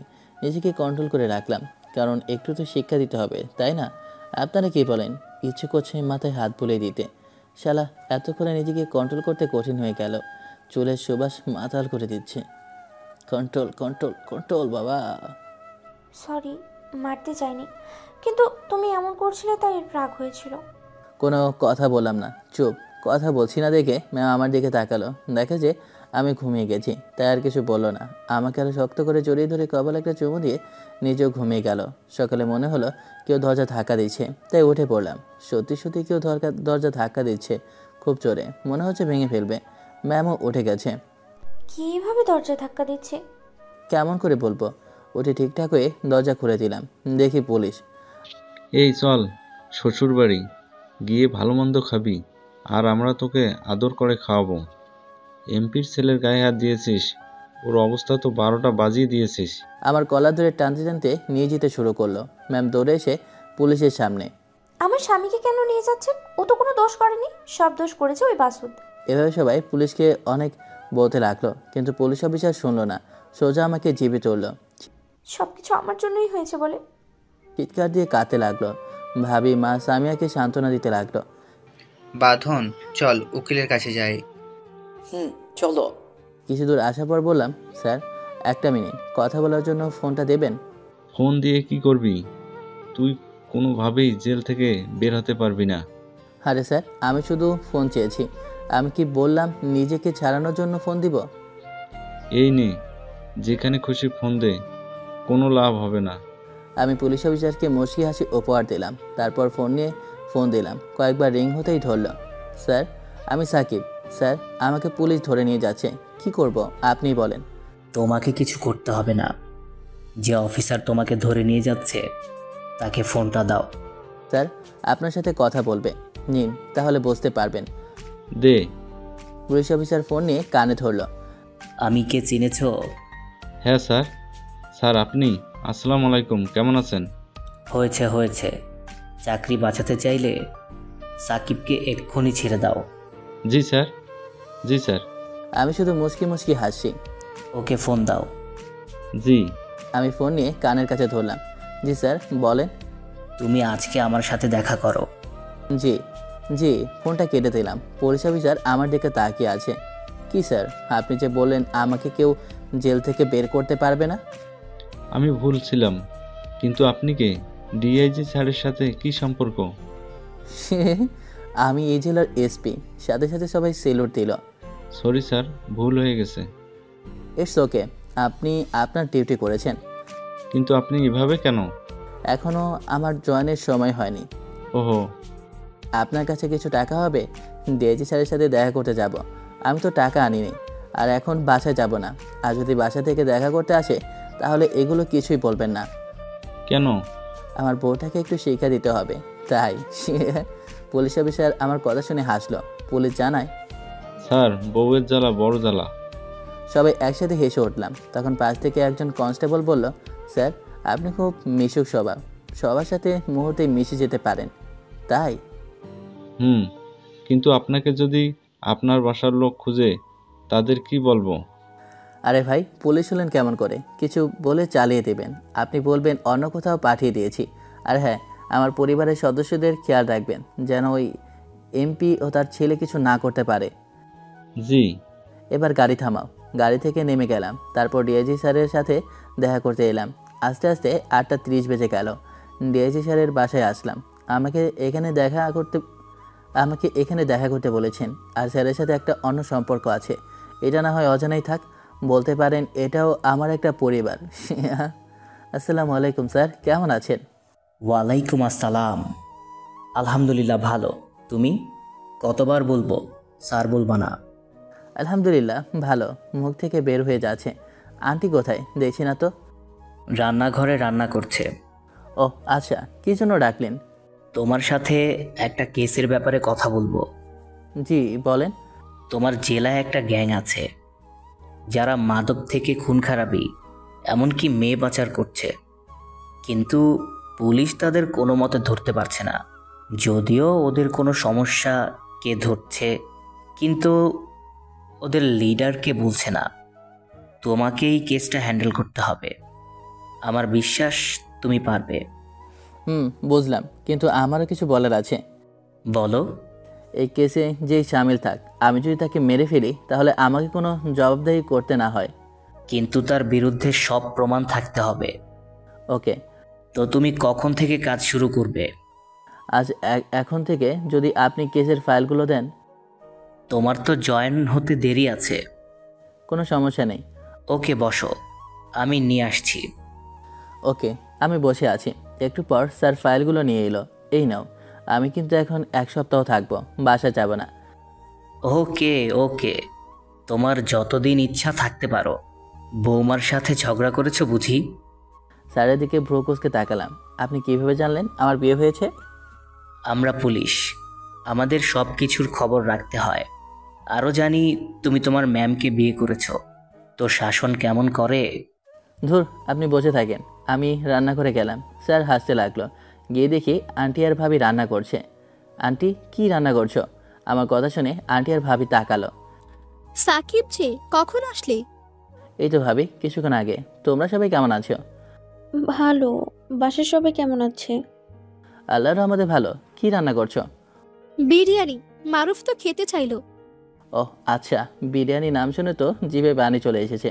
আন্টি পাশে গিয়ে দাঁড়ালাম। আজ তোকে যেতে দিচ্ছি না। আমি তো যাব না, 1 সপ্তাহ এখানেই থাকবো। সত্যি?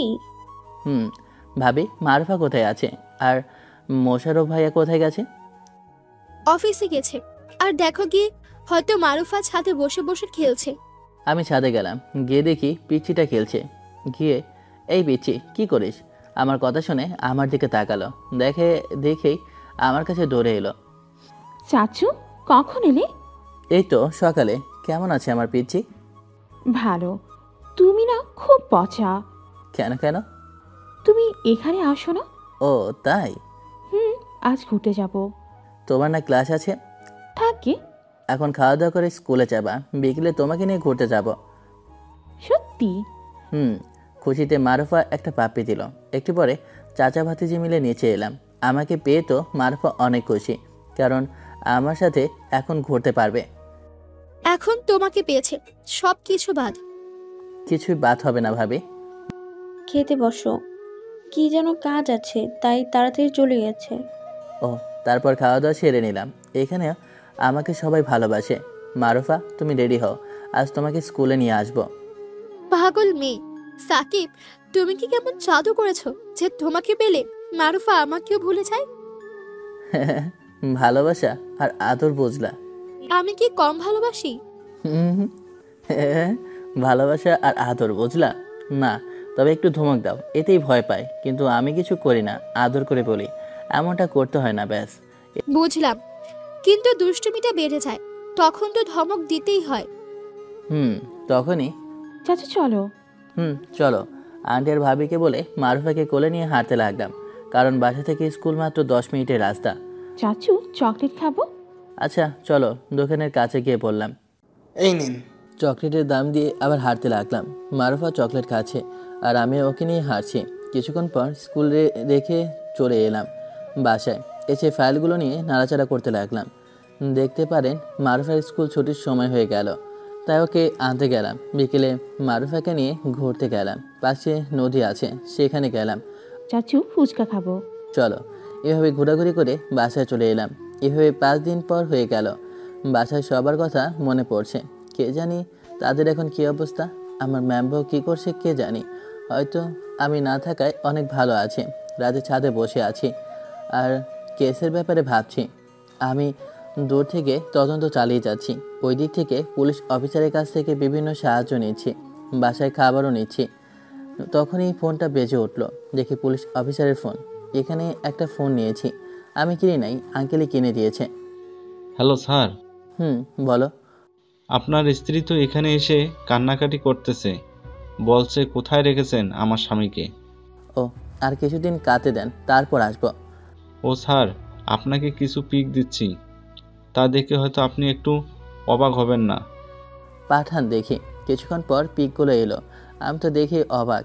দেখে আমাদের জেলে এমপি ছেলে আর পাশে আরেকটা লোকটার মুখ দেখা যাচ্ছে না। আর কিছু ভয়ানক মাসানের সাথে গল্প করছে। ওই মাসানগুলোর নাম অনেক কেসে আছে, কিন্তু উপযুক্ত প্রমাণের কারণে পুলিশ কিছু করতে পারছে না। পুলিশ অফিসারকে আবার ফোন দিলাম। জি স্যার বলেন। এমপি ছেলে পুরো ব্যাকগ্রাউন্ড বের করে কোথায় কি করে, কার সাথে মিশে, ওই মাসানদের সাথে ওর কী সম্পর্ক, আর যার মুখ দেখা যাচ্ছে না সেটা কে? জানি না স্যার, আমিও বুঝতে পারছি না কে ওটা। আমার তো এমপির মতো মনে হচ্ছে। হতে পারে। আপনি বরং এমপির ছেলে সম্পর্কে জানেন, আমি খোঁজ নেওয়ার চেষ্টা করছি ওটা কে ছিল। জি স্যার, আমি তো নতুন পুরানো ফাইলগুলো দেখে আর এমপির ছেলে সম্পর্কে খোঁজখবর নিয়ে আপনাকে জানাচ্ছি। ওকে। ছাদ থেকে নেমে ডিআইজি স্যারের রুমের সামনে এলাম। স্যার ভেতরে আসবো? এসো। বলো। স্যারকে পিকটা দেখে বললাম, এই দেখেন। ওকে তো ওদের সাথে দেখে অ্যারেস্ট করতে পারো না। আমি ওকে অ্যারেস্ট করব না, ওকে সোজা উপরে পাঠিয়ে দেব। কি বলেছিলাম মনে আছে? ভালো করে, কিন্তু ওর পাশে থাকা লোকটাকে চিনতে পারছি না। খোঁজ নিতে থাকো, পেয়ে যাবে। পরের দিন রাতে কিছু মেইল আসলো। আমি তো দেখে টাসকে। এমপি ছেলের সম্পর্কে এতগুলো কেস, খুন, ধর্ষণ, জমি দখল ইত্যাদি। শালার এমপি সব টাকা দিয়ে আর ভয় দেখিয়ে মানুষের মুখ বন্ধ করে ও ছেলেকে বাঁচিয়ে নিয়েছে, কিন্তু এবার ছাড়বো না। পরের দিন সকালে সবার কাছ থেকে বিদায় নিয়ে চলে আসবো, কিন্তু পিছি লাগালো ঝামেলা। চাচু তুমি যেও না। না আম্মু, অন্য আরেকদিন আসবো, আজ যেতেই হবে। তুমি যেও না। আরে বললাম তো আরেকদিন আসবো। মারুফার চোখে পানি মুছতে মুছতে বললাম, এখন কান্না বন্ধ করো। তুমি না লক্ষ্মী মেয়ে, আর লক্ষ্মী মেয়ে কি কাঁদে? কোনো মতে বুঝিয়ে রেখে আসলাম। এখন সোজা পুলিশ স্টেশনে যাবো। আস্তে আস্তে 9টা বেজে গেল। পুলিশ স্টেশনে চলে এলাম। আমাকে দেখে সবাই ছিলুট দিল। এখন মাসুদ কোথায় আছে? স্যার ভার্সিটিতে আছে। চলো, আর দেরি করা ঠিক হবে না। জি। আমি বাইক নিয়ে যাচ্ছি, তোমরা গাড়িতে এসো। জি স্যার। পুলিশ স্টেশনে থেকে ভার্সিটির রাস্তা আধা ঘন্টার মতো। ভার্সিটি এলাম, এসে তো অবাক, দেখি সব স্টুডেন্ট গোল করে ঘিরে কি যেন দেখছে। বাইক রেখে ভিতরে কী হচ্ছে দেখার চেষ্টা করলাম। দেখেই তো মাথায় রক্ত উঠে গেল। দেখি সামিয়ার বোরকা ছিঁড়ে দিয়েছে, আর মাসুদ বোরকা ধরে টানছে আর বলছে, কোথায় তোর স্বামী? ডাক দেখি তোকে কে বাঁচায়। তুই তোর এমন সর্বনাশ করবো যে এই মুখ আর তুই সমাজে দেখাতে পারবি না। সামিয়া শুধু কান্না করছে আর বলছে, প্লিজ এমনটা করো না। ভয়ে কেউ কিছু বলতে পারছে না। আমার মাথায় তো রক্ত টকবক করে পড়ছে। ভিতরে গিয়ে পিস্তলটা বের করে দিলাম মাসুদের হাতে গুলি করে। হাতে গুলি লাগায় সামিয়াকে ছেড়ে দিল। সামিয়া আমাকে দেখে আমার কাছে দৌড়ে এসে জোরে ধরে কাঁদতে লাগলো। তুই? আমি। দেখি তোকে আজ কে বাঁচায়। এই তোরা কি দেখছিস? মার শালাকে। পরিস্থিতি খারাপ বুঝে সবাই সরে গেল। জান্নাতি, তুই তোর ম্যামকে নিয়ে যা। জান্নাতি সামিয়াকে নিয়ে চলে গেল। আমার টিমটাও সাথ দিল। এক একটাকে উপরে পাঠিয়ে দিলাম। শুধু মাসুদ আর একটা ওর ডান হাত মেহেদিকে বাঁচিয়ে রাখলাম, যেন ওদের মাথাকে জানতে পারি। মেহেদির মরার মতো অবস্থা। মাসুদ পিস্তল বের করে আমার দিকে গুলি ছুড়ল, এসে আমার ডান কাঁধে লাগলো। আমিও দিলাম 3টা। মাসুদ ওখানেই শেষ। আমি আর থামতে পারছিলাম না, পড়ে যাচ্ছিলাম। তখন মাসুদ মানে পুলিশ অফিসারটা আমাকে ধরে নিল। স্যার আপনি ঠিক আছেন তো? আমি ঠিক আছি। আপনি এদের সবাইকে নিয়ে যাওয়ার ব্যবস্থা করেন। যারা বেঁচে থাকবে তাদের সাথে কাউকে দেখা করতে দেবেন না, এমনকি অপরিচিত মানুষকে তাদের সাথে দেখা করতে দেবেন না। জি স্যার। তখনই সামিয়া মাহমুদকে সরিয়ে দিয়ে বলল, আপনি সরেন। আমাকে ধরে কাঁদতে লাগলো। প্রচুর ব্যথা করছে, আর সহ্য করতে পারলাম না। জ্ঞান হারিয়ে ফেললাম। আর কিছু মনে নেই। যখন জ্ঞান ফিরল তখন দেখি ম্যাম আমার বুকে মাথা দিয়ে ঘুমিয়ে আছে। আমি বাম হাত দিয়ে সামের মাথায় হাত বুলিয়ে দিতে লাগলাম। আমার ম্যাম বউটার মুখের দিকে লক্ষ্য করলাম, দেখি অনেক শুকিয়ে গেছে। চোখের নিচে কালো দাগ পরে আছে। একটা কালো রঙের শাড়ি পরে আছে। তখনও ছিল মাসুদ, শুধু বোরকার হিজাবটা ছিঁড়ে দিয়েছিল। আমার হাতে স্পর্শ পেয়ে সামিয়ার ঘুম ভেঙে গেল। কোনো কথা না বলেই পাগলের মতো চুমু খেতে লাগলো। আমি শুধু ম্যামের কাণ্ড দেখছি। এতদিন কোথায় ছিলে জানো? কত কষ্ট হয়েছে আমার। OMG, কেন কষ্ট হয়েছে? আর কষ্ট তো হবার কথা না। আমাকে তো আপনি ভালোবাসেন না। আর আর কি যেন বলেছিলেন? ও হ্যাঁ, ডিভোর্স দিয়ে দেবেন। সো এখানে আপনার কোনো কষ্ট পাওয়ার কথাই না। আমার কথা শুনে ম্যাম চুপ হয়ে গেল। কি হলো, কথা বলেন। কথা না বলেই আমার ঠোঁটের সাথে ঠোঁট মিলিয়ে দিল। কি শান্তি। কিছুক্ষণ পর ছেড়ে দিল। আমার তো দম যা যা অবস্থা। আপনি এভাবে এই পিচির উপর নির্যাতন করতে পারেন না। আমি তো আপনার কেউ হই না। আবার অ্যাটাক হলো আমার ঠোঁটের উপর। যেভাবে কিস করছে মনে হয় ছিঁড়ে ফেলবে। প্রায় 3 মিনিট পর ছেড়ে দিল। হাবাতে হাবাতে বললাম, মেরে ফেলবে নাকি? ম্যাম তো কাঁদতে লাগলো। কিছুই বুঝলাম না। এভাবে কেন কান্না করতে লাগলো? এভাবে কান্না করেন কেন? মরার কথা বললে কেন? OMG, এত ভালোবাসা কবে থেকে শুরু হলো? কুত্তা পিলাই হনুমান পাথর। তোকে বিয়ের আগে থেকেই ভালোবাসি। যখন তুই প্রপোজ করেছিলি তখন খুব ভালো লেগেছিল, কিন্তু আমাদের এই সম্পর্ক কেউ মেনে নিত না, তাই এরকম করেছিলাম। কিন্তু মন মানছিল না। শুধু তোকে বলা কথাগুলো কানে ভাসছিল। ইচ্ছে হতো তোকে গিয়ে জড়িয়ে ধরে বলি আমিও তোকে ভালোবাসি, কিন্তু কোনো কোনো কিছু একটা শক্তি বাধা দিচ্ছিল। মাঝে মধ্যে নিজের অজান্তেই চোখ দিয়ে পানি বের হয়ে যেত। খুব কষ্ট হতো জানিস। একটা রাত তো ভালোভাবে ঘুমাতে পারিনি। 2 দিন পরে যখন তোকে খোঁজালাম কিন্তু পেলাম না, তখন খুব কষ্ট হচ্ছিল। ভেবেছিলাম তোকে হারিয়ে ফেলেছি। আর বাসা থেকে বিয়ের চাপ দিচ্ছিল। বলতে পারতাম যে আমি একজনকে ভালোবাসি, কিন্তু কাকে দেখাতাম? তাই তো কোনো উপায় না পেয়ে বিয়েতে রাজি হয়ে গেলাম। বিয়ের দিন যখন শুনলাম বর পালিয়েছে অন্য একটা মেয়ের সাথে, তখন কত যে খুশি হয়েছিলাম বলে বোঝাতে পারবো না। মনে মনে বলেছিলাম যাকে থেকে ফিরে পাবো, যাক তোকেই ফিরে পাবো। তোকে খুঁজে বের করে তোর সাথে রিলেশন করব। যদি আমাদের সম্পর্ক মেনে না নিত তাহলে পালিয়ে যেতাম। কিন্তু কিছুক্ষণ পরেই মা এসে বলল যে বিয়ে হবে অন্য একটা ছেলের সাথে। তখন মাথায় আকাশ ভেঙে পড়ার মতো অবস্থা হয়েছিল। সব স্বপ্ন চুরমার হয়ে ভেঙে গেল। নিজের অজান্তেই চোখ দিয়ে বৃষ্টির মতো পানি পড়তে লাগছিল। যখন তোকে বাসর ঘরে দেখলাম যে তুই আর তোর সাথে আমার বিয়ে হয়েছে, তখন কত যে খুশি হয়েছিলাম বলার বাইরে। মনে হচ্ছিল আমি আমি পৃথিবীর সব কিছু পেয়ে গেছি, কিন্তু তোর উপরে খুব অভিমান হয়েছিল, তাই বাসর ঘরে অমন করেছিলাম। তার জন্য আমি সরি। আমি তো ম্যামের দিকে হাঁ করে তাকিয়ে আছি। আমি হাঁ করে তাকিয়ে আছি দেখে ছোটে একটা পাপ্পু দিল। হ্যাঁ, মুখটা বন্ধ করে নিলাম। বাহ, আমার বউ তো বেশ রোমান্টিক। যাক, ভালোই হয়েছে। এভাবে হাঁ করে আছো কেন? আপনার কথা শুনে। যা সত্যি তাই বললাম। আমি তোমাকে না অনেক ভালোবাসি। জানো, এই কয়েকদিন আমার খুব কষ্ট হয়েছে। তোমাকে না অনেক মিস করেছি। একটা রাতেও দুইটা চোখের পাতা এক করতে পারিনি, শুধু কান্না করেছি। কিন্তু আমি তো আর আপনাকে ভালোবাসি না, অন্য একজনকে ভালোবাসি। তার নাম অধরা জাহান প্রভা। রাগানোর জন্য বললাম, আর দেখি কেমন রিয়াক্ট করে। কি বললি কুত্তা? তুই আমাকে ছাড়া অন্য কাউকে ভালোবাসতে পারিস না? বলেই কান্না শুরু করে দিল। কান্না করেন কেন? আর আমি আপনাকে ডিভোর্স দিয়ে দিব। আমার কথা শুনে ম্যাম কেমন করে যেন তাকাচ্ছে, আর এদিকে চোখ দিয়ে পানি ঝরাচ্ছে। তোকে যদি না পাই তাহলে আমি এক্ষুনি হাসপাতালে জানালা দিয়ে ঝাঁপ দিব। বলেই উঠে গেল। আমি হাঁটার ধরে টান দিলাম। টান দিতেই আমার উপর পড়ে গেল। গলি লাগা জায়গায় একটু ব্যথা পেলাম। বাম হাত দিয়ে শক্ত করে জড়িয়ে ধরলাম আর বললাম, আমি তো আমার ম্যাম বউটাকেই ভালোবাসি, আর আপনার কিছু হয়ে গেলে আমি তো মরে যাব। ম্যাম আমার মুখে হাত দিয়ে বলল, চুপ, আর এমন কথা বলবে না। বলবো না। তাহলে অধরা জাহান প্রভাকে? চোখ মুছে দিতে দিতে বললাম, এটা কার নাম বলেন তো? জানি না। মনে করেন কিছুক্ষণ পর বলল, ও, এটা তো আমারই আরেক নাম। আমি কি আমার রাগী ম্যাম বউকে ছেড়ে অন্য কাউকে ভালোবাসতে পারি? আমাকে কখনো ছেড়ে যাবে না তো? যাবো তো।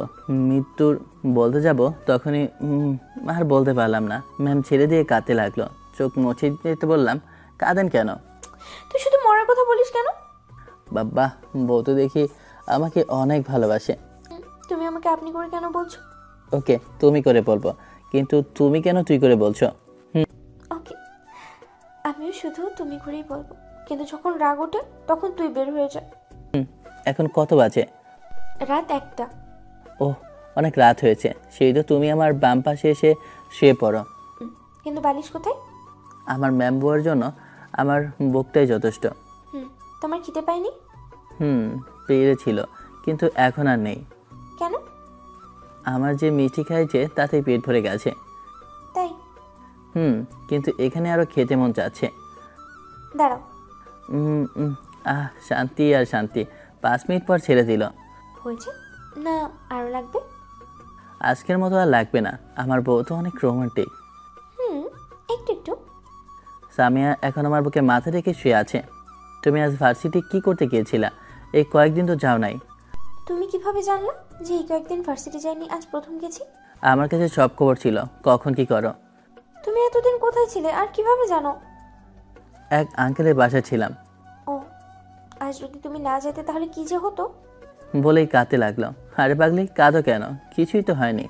আর আমি থাকতে আমার সিনিয়র বইয়ের কিছু হতে দেব না, ইনশাল্লাহ। কিন্তু কিছু প্রশ্ন মাথায় ঘুরপাক খাচ্ছে। এখন কোনো প্রশ্ন না, একটু চুপ করে ঘুমাও। আমার অনেক ঘুম আসছে। ঘুমিয়ে পড়লাম। মুয়াজ্জিনের আজান শুনে ঘুম ভেঙে গেল। স্বামী আমার বুকে মাথা রেখে ঘুমিয়ে আছে, আর আমি মাইবেই চেহারা দিকে তাকিয়ে আছি। কি মাইবে লাগছে, মনে হচ্ছে একটা নিষ্পাপ শিশু আমার বুকে মাথা রেখে ঘুমিয়ে আছে।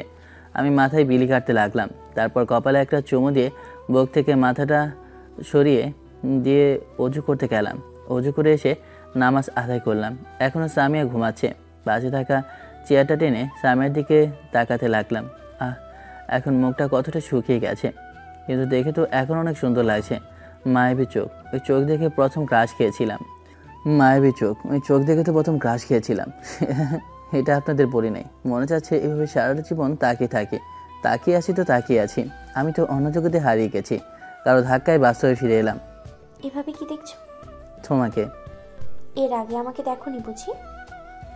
দেখেছি, কিন্তু আজ না তোমাকে অন্যরকম মায়াবী লাগছে। যা লাগছে, আমার লজ্জা করে না? তোমার লজ্জাও আছে? নাকটা ধরে টানতে টানতে। কিন্তু তুমি ওখানে বসে কি করছো আর উঠলা কখন? একটু আগে উঠে নামাজ আদায় করলাম, তারপর আমার বইয়ের চাঁদ মাখা মুখটা দেখতে বসলাম। তো তোমার সমস্যা হলো না? আমাকে ডাকতে পারলে না? না, তুমি ঘুমাচ্ছিলা তাই ডাকতে এনি। তুমি নামাজ পড়বা না? সমস্যা আছে। এসো ঘুমিয়ে পড়ো। শুয়ে পড়লাম। সামিয়া আবার আমার বুকে মাথা রাখলো। আমার না খেতে ইচ্ছে করছে। কি খেতে ইচ্ছে করছে? ওটা। কোনটা? বলতে পারলাম বউ আমার কি খেতে চাচ্ছে, তাহলে না বুঝার ভান করলাম। বেশ কিছুক্ষণ পরে ছেড়ে দিল। দুজন মিলে হাঁপাতে লাগলাম। সামিয়া হাঁপাতে হাঁপাতে বলল, এটা। ও। এবার বলো, তুমি পুলিশের কাছ থেকে ছাড়া পেলে কেমন করে? আর এতদিন কোথায় ছিলে? আর গতকাল তুমি পিস্তল পেলে কোথায়? আর পুলিশও তোমার সাথে ছিল? একে একে উত্তর দেই। আমি এই জেলার এসপি, এটা কেউ জানে না, এমনকি বাসার কেয়ারটেকার জানেন। সেটা বুঝলাম, তো তোমাকে ধরে নিয়ে গেল কেন? তারাও জানতো না, আর এতদিন আমার জয়েন হওয়ার সময় হয়নি, গতকাল হয়েছে, তাই আমাকে ধরে রাখতে পারেনি। ও, তাহলে এতদিন ছিলা কোথায়? ডিআইজি আঙ্কেলের বাসায় ছিলাম, আর তোমাকে একটু শিক্ষা দেওয়ার জন্য আরও ছিলাম। কুত্তা, বিলাই, হনুমান, পাথর, আমাকে কষ্ট দেওয়া, তোকে আজ মেরে ফেলবো আমি। ব্যথা লাগছে তো, মারতে মারতে আঘাত করা জায়গায় এখন দিয়েছে। ও মা গো, রক্ত বের হয়ে গেল গো। রক্ত কোথা থেকে আসলো? তুমি তো আমার আঘাত করা জায়গায় মারলা। সামিয়া চোখে পানি। সরি, বুঝতে পারিনি। উঠে বাইরে নার্স চিৎকার করতে চলে গেল। কিছুক্ষণ পর ডাক্তার নিয়ে আসলো। সামিয়া তো কেঁদে যাচ্ছে। এটা কেমন করে হলো? একটু উঠতে গিয়ে আঘাত লাগলো। সামিয়ার দিকে তাকিয়ে বললাম, চাকরিটা এখনো গাছে। ডাক্তার রক্ত পরিষ্কার করতে করতে বলল, একটু দেখে শুনে কাজ করেন। ম্যাম, আপনি কাঁদছেন কেন? আর একটু দেখে শুনে রাখেন। ডাক্তার পরিষ্কার করে চলে গেল। সামিয়া আমার কাছে এসে কাঁদতে কাঁদতে বলল, সরি, বুঝতে পারিনি। চোখের পানি মুছতে মুছতে বললাম, আরে কাঁদছো কেন? তেমন কিছু তার হয়নি। আর তোমাকে কাঁদলে না দেখতে অনেক সুন্দর লাগে। আমার জন্যই এমনটা হলো। তুমি তো জেনে বুঝে মারো নাই, কান্না থামাও। দেখতে দেখতে সকাল হয়ে গেল। সোজা মামা উঠে গেছে। মা, ভাবি, ভাইয়া, আব্বা এলো। মা আমার মাথার কাছে বসলো। মা, কেমন আছো?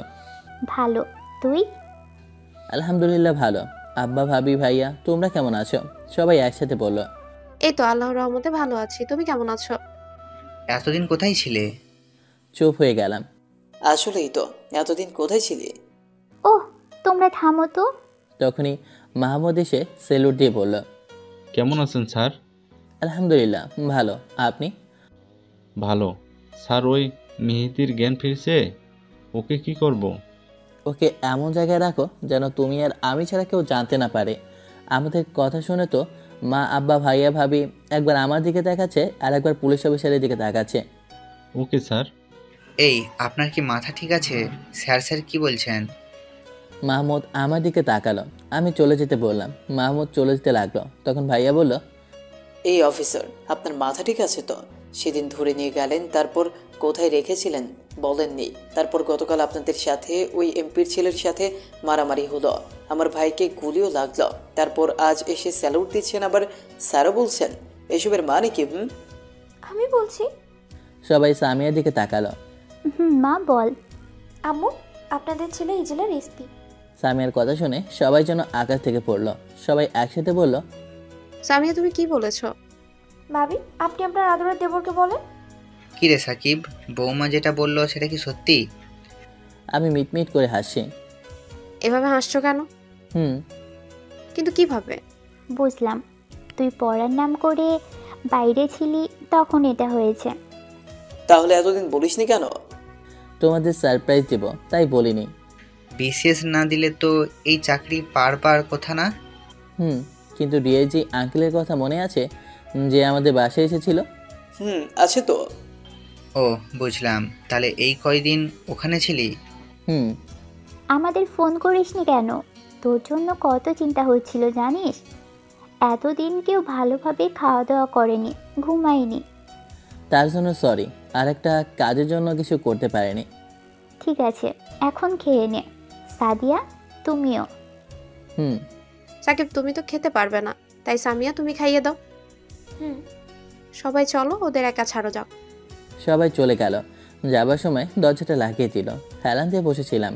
ম্যাম আমার কাছে এসে খাবারের প্লেটটা নিয়ে বসলো। হ্যাঁ করো। এভাবে কি দেখছো? তোমাকে। এভাবে দেখার কি আছে? আছে আছে, অনেক কিছু আছে, তুমিও খাও। হুম। খেতে লাগলাম, তখন সামিয়ার ঠোঁটের কোণে একটা ভাত লেগে আছে, ওটার দিকে তাকিয়ে আছে। তখন এভাবে আমার ঠোঁটের দিকে কেন তাকিয়ে আছো? ধুর, ঠোঁট কোথায়? ওটা তো কাশ্মীরি আপেল। শুধু আজাইরা কথাবার্তা। কখন যে কামড় দিয়ে ছিঁড়ে ফেলবো। নাও খাও। আমি দুষ্টুমি করে দিলাম আলতো করে কামড়। কুত্তা, ব্যথা করছে না? তুমিই তো বললা। তাই বলে সত্যি সত্যি কামড় দিবা? হুম। হয়েছে হয়েছে, আমারও সময় আসবে। কি করবা? সময় হলেই দেখতে পাবা। আর এই নাও, এই ওষুধগুলো খেয়ে নাও। ও হুম হুম ও গীতা। ওয়েট, মিষ্টি করানোর ব্যবস্থা করছি। এমনি মিষ্টি বিলে তো খেয়েছে, 10 গুণ তিতা খেতেও রাজি আছে। তাই? হুম। পাগল কথা। নাও হা করো। সবাই এলো, এখন দেখি বন্ধুরা আছে, এমনকি শ্বশুর শাশুড়ি শালিকা সবাই আছে। সবার সাথে টুকটাক কথা বললাম। পরের দিন রিলিজ নিয়ে বাসায় চলে এলাম। রুমে শুয়ে আছি, তখন রাকিব এলো। কিরে, এখন তোর অবস্থা কেমন? আলহামদুলিল্লাহ ভালো, তোর? ভালো। ম্যাম কোথায়? দেখছি না তো। আছে কোথাও। তোর বাসায় সবাই কেমন আছে? আলহামদুলিল্লাহ ভালো। তুই এতদিন কোথায় ছিলি? একটা পুলিশ আঙ্কেলের বাসায় ছিলাম। ও, তোকে কত জেলে খুঁজেছি তার ঠিক নেই। তাই? হুম। রাইমার খবর কি? আর বলিস না, শুধু প্যারা দেয়। রাতে বউ আমার খাবার নিয়ে আসলো, আমার সামনে বসে আমাকে খাইয়ে দিল আর নিজেও খেলো। তারপর ওষুধ খেলাম। এগুলো রাইখা আসি। যাও। বউ আমার চলে গেল। আজ নীল শাড়ি পরেছে, দেখে পরি মনে হচ্ছে কোনো অপসরী স্বর্গ থেকে পালিয়ে এসে আমার কাছে ধরা দিয়েছে। এটা বেশি বলে ফেললাম। সামিয়া রুমে এসে ডাইনিং টেবিলের সামনে দাঁড়িয়ে সাজতে লাগলো। এখন সেজে কি করবা? তুমি দেখবা। সাজার কোনো প্রয়োজন নেই, তুমি এমনি অনেক সুন্দর। তাই নাকি? ম্যাম। দাঁড়াও, একটু লিপস্টিকটা দিই। লিপস্টিক কেন দিবা? তোমাকে খাওয়াবো তাই। ম্যাম আমার বুকে মাথা দিয়ে শুয়ে আছে। তখন এই শোনো না, হুম আমার একটা জিনিস চাই, দিবা? বলো। আমার বলতে লজ্জা করছে। লজ্জা যেহেতু করছো তাহলে বলতে হবে না। না তো বলে ফেলো। আমার না বেবি চাই। ওকে, দেবনি। সুস্থ হয়নি তখন বাজারে গিয়ে কিনে নিয়ে আসবো। তোর রাগো কেন? বললাম তো এনে দেব। আমার লাগবে না বেবি। কিন্তু আমি তো দেব। লাগবে না। চটকিনে ধরে উপরের দিকে তোলে। বউটা আমার বুঝি অভিমান করেছে? না। ও তাই নাকি? আচ্ছা দেবনি, আর একটু সুস্থ হয়ে নেই। তোমার বুকে এত চুল কেন? উপরওয়ালা জানে কেন এত চুল দিয়েছে। ওকে, এখন ঘুমাও। পরের দিন সকালে ঘুম থেকে উঠে পড়লাম। আজ পুলিশ স্টেশনে যাব। সামান্য কাঁধে গুলি লাগায়, যদি এমন করে শুয়ে থাকলে চলবে না। বউ আমার এখনও ঘুমাচ্ছে। ঠোঁট দুটো দেখে লোভ সামলাতে পারলাম না, দিলাম ঠোঁটের উপর ঠোঁট বসিয়ে। সামিয়াও রেসপন্স করছে, তার মানে জেগে আছে। ছেড়ে দিলাম। তুমি জেগে আছো? কিন্তু ছাড়লা কেন? এমনি। এবার সামিয়া কিস করতে লাগলো। শুরু হয়ে গেল তৃতীয় বসে যত। একসময় সুখীরা যে পাড়ি জমালাম। সকালে ব্যায়ামটাও হয়ে গেল। চলো দুজন মিলে একসাথে গোসল করি। হবে না। ওকে বলেই কোলে তুলে নিলাম। ফরজ কাজ করার পর বউয়ের সাথে গোসল করবো বলেই রুমের সাথে অ্যাটাচ বাথরুম বানিয়ে নিয়েছি। তুমি তো ব্যথা পাবে। কিসের ব্যথা? কোনো ব্যথা পাবো না। আমার না আরেকবার ইচ্ছে করছে। লজ্জা পেয়ে বুকে মুখ লুকালো। তাই? আমি কি আমার বউয়ের ইচ্ছে পূরণ না করে থাকতে পারি? আরেক রাউন্ড চললো। তারপর দুজন একসাথে ফ্রেশ হয়ে এলাম। রুমে বসে আছি, তখন কেউ চাচ্চু চাচ্চু বলে ডাকছে। অনেক অবাক হলাম। আমার তো এখনো ভাতিজা বা ভাতিজি হয়নি, তাহলে চাচ্চু বলে কে ডাকে? তোমাকে এভাবে চাচু চাচু বলে কে ডাকছে? আমি কেমন করে বলবো? দাঁড়াও দেখি কে আছে। তুমি বসো, আমি দেখছি। সামিয়া উঠে গেল। খুলে দেখি একটা পিচ্ছি মেয়ে আর একটা মহিলা। জি, কিন্তু আপনাকে তো চিনলাম না। তুমি চিনবে না। সাকিব কোথায়? বিছানায়। এর মধ্যে মারুফা আমার কোলে এসে বসে আছে। কখন আসলে মামুনি? মাত্র এসেই তোমার কাছে। তোমার আম্মু কোথায়? এই তো আমি। কেমন আছেন ভাবি? আলহামদুলিল্লাহ ভালো। তোমার এমন অবস্থা তো আমাদের জানাওনি কেন? আসলে ভাবি, হয়েছে হয়েছে, আর মাথা চুলকাতে হবে না। মারুফা তো এসেই তোমার কাছে টানতে টানতে নিয়ে এলো। ও আঙ্কেল আন্টি ভাইয়া কোথায়? নিচে বসে আছে। সামিয়া, আমি এই ভাবিদের বাসায় এই কয়েকদিন ছিলাম। ওহ ভাবি, আপনার বাচ্চাটা অনেক কিউট, দেখতে আপনার মতোই হয়েছে। মামুনি, আমার কাছে আসো তো। না, যাব না। আমি ওর মা হয়েও সাকিবের কোল থেকে নিতে পারি না, আর মারুফা তো তোমাকে আজ প্রথম দেখছে। আমি যতক্ষণ না যেতে বলবো ততক্ষণ কেউ নিতে পারবে না। আমি পারবো। চেষ্টা করো। মামুনি, আমার কাছে এসো, তোমায় অনেক চকলেট, আইসক্রিম, ফুচকা কিনে দেবো। যাই বলে তাতেই চাচ্চু নিয়ে যাবে, চাচ্চু খাওয়াবো। আর সামিয়া হাঁপিয়ে গেছে। বোন, তুমি যতই চেষ্টা করো কিন্তু পারবে না। সেটাই তো দেখছি। মামনি, তোমার চাচি আমার কোলে যাও তো। আমি তোমার কোলে থাকবো। যাও। নাও এবার কোলে। মারফা সামিয়ার কোলে গেল। বুঝতে পারছি না সাকিব আবার মেয়েটার উপর কি মায়া করে রেখেছে। চলো নিচে নিয়ে যাওয়া যাক। নিচে চলে এলাম। সাকিব, তুমি আমাদের জানাওনি কেন? আমরা তো ওর আপন কেউ না, তাই হয়তো জানানোর প্রয়োজন মনে করেনি। না আসলে আন্টি, তা না, আসলে হয়েছে, তুমি তো এখনো সুস্থ হওনি, তো নিচে এলে যে। না আন্টি, এখন অনেকটাই সুস্থ। তুমি আর কিছুদিন বিশ্রাম নাও। আরে না, আমি অনেকটাই সুস্থ। এটাই কি আমাদের বৌমা? ভাইজান। বৌমা, এখানে এসে বসো। সামিয়াকে উদ্দেশ্য করে। জি। মারুফা তোমার কাছে কেমন করে গেল? ও তো অপরিচিত কারো কাছেই যায় না। আব্বু সাকিব যেতে বলেছে, তাই গিয়েছে, না হলে কার সাধ্য আছে নেওয়ার। আন্টি হাসলেন। বুঝেছেন ভাই, আপনার ছেলে যে আমার পেতনিটাকে কি করে রেখেছে আল্লাহ জানেন। ওকে যদি একবার পেয়ে নেই তাহলে আমাদের ভুল যাই। মার ভাবে নাস্তা নিয়ে এলো, সবাই নাস্তা করলো। আজ আর পুলিশ স্টেশনে যাওয়া হলো না, বাসায় সবার সাথে কাটালাম। বিকেলে আঙ্কেল আন্টি ভাইয়া ভাবি মারুফা চলে গেল। মারুফা যাবে না, তাই সে কি কান্না। পরের দিন সকালে, চলেন ম্যাম এবার যাওয়া যাক। সামিয়া বাইকের পেছনে বসলো, উঠে খাট ধরলো। কি ফিলিংস, এক অদ্ভুত অনুভূতি হচ্ছে, অনেক আনন্দ লাগছে। যদি জড়িয়ে ধরতো তাহলে আরও ভালো লাগতো। জড়িয়ে ধরার জন্য বলতে ইচ্ছে করছে, কিন্তু বললাম না, মানুষের খারাপ ভাবে। উদ্দেশ্য সামিয়াকে ভার্সিটি নামিয়ে দিয়ে পুলিশ স্টেশনে যাবার। ভার্সিটি চলে এলাম, এবার নামো। আচ্ছা, সাবধানে যাও। সামিয়া চলে গেল। আমি একদিনে তাকিয়ে চলে যাওয়া দেখছি। সামিয়া একটু পর পর পেছনে ফিরে ফিরে দেখছে। আমি চলে এলাম। কিছু দূর আসতে হঠাৎ পেছন থেকে গলি আসতে লাগলো। বাইকের সানগ্লাসে দেখলাম পেছনে দুইটা গাড়ি। আমি একটু জোরে চালাতে লাগলাম। সিনেমার হিরোদের মতো আমিও এক হাত দিয়ে গুলি করতে লাগলাম। প্রথম দুইটা গুলি মিস হয়ে গেল। তৃতীয় নম্বর গুলিটা একটা গাড়ির চাকায় লাগলো। গাড়িটা টাচ সামলাতে না পেরে খাদে গিয়ে পড়লো। পরের গুলিটা গিয়ে ড্রাইভারকে গিয়ে লাগলো। গাড়িটা একটা গাছের সাথে লাগলো। আমিও বাইক থেকে নামলাম। ওরা কয়েকজন গাড়ি থেকে নেমে আমার দিকে গুলি করতে লাগলো। আমি কি কম যাই নাকি? একসময় সব কয়টাকে ওপরে পাঠিয়ে দিলাম। কাছে গিয়ে দেখি একজনের প্রাণ এখনও আছে, তাই তাকে জিজ্ঞেস করলাম, তোদের কে পাঠিয়েছে? দেখ। বলার আগে পোর্টল তুলে নিল। অ্যাম্বুলেন্সকে ফোন দিয়ে ডাকলাম। হ্যালো মাহমুদ। জি স্যার। তুমি 3 রাস্তার মোড়ের পাশে যে জঙ্গল আছে সেখানে আসেন তো। আপনার কিছু হয়নি তো? না, আমার কিছু হয়নি। গুন্ডারা আমায় আক্রমণ করেছিল, কিন্তু কিছু করতে পারেনি, বরং আমি তাদের ওপরে পাঠিয়ে দিয়েছি। ওকে, ফোন কেটে দিলাম। তখনই ফোনটা বাজতে লাগলো, কিন্তু আমারটা না, কার ফোন বাজছে খুঁজতে লাগলাম। দেখলাম একজনের পকেটে পাচ্ছে। ফোনটা বের করে রিসিভ করে রেকর্ড বাটনে চাপ দিয়ে কানে ধরতেই ওপাশ থেকে বলল, কিরে, ওই এসিবিকে শেষ করতে পারলি? ওদের শেষ করে দিয়েছি, এখন তো তোর পালা। তুই কে? আমি তোর জম। আমি সবার জম, আর তোরও। তুই আমার ছেলেকে মেরেছিস, আমার লোককে মেরেছিস, তোদের পরিবারকে ছাড়ছি না। তুই আমার পরিবারের সদস্যের উপর হাত দিয়ে দেখ তোর অবস্থা কি করি।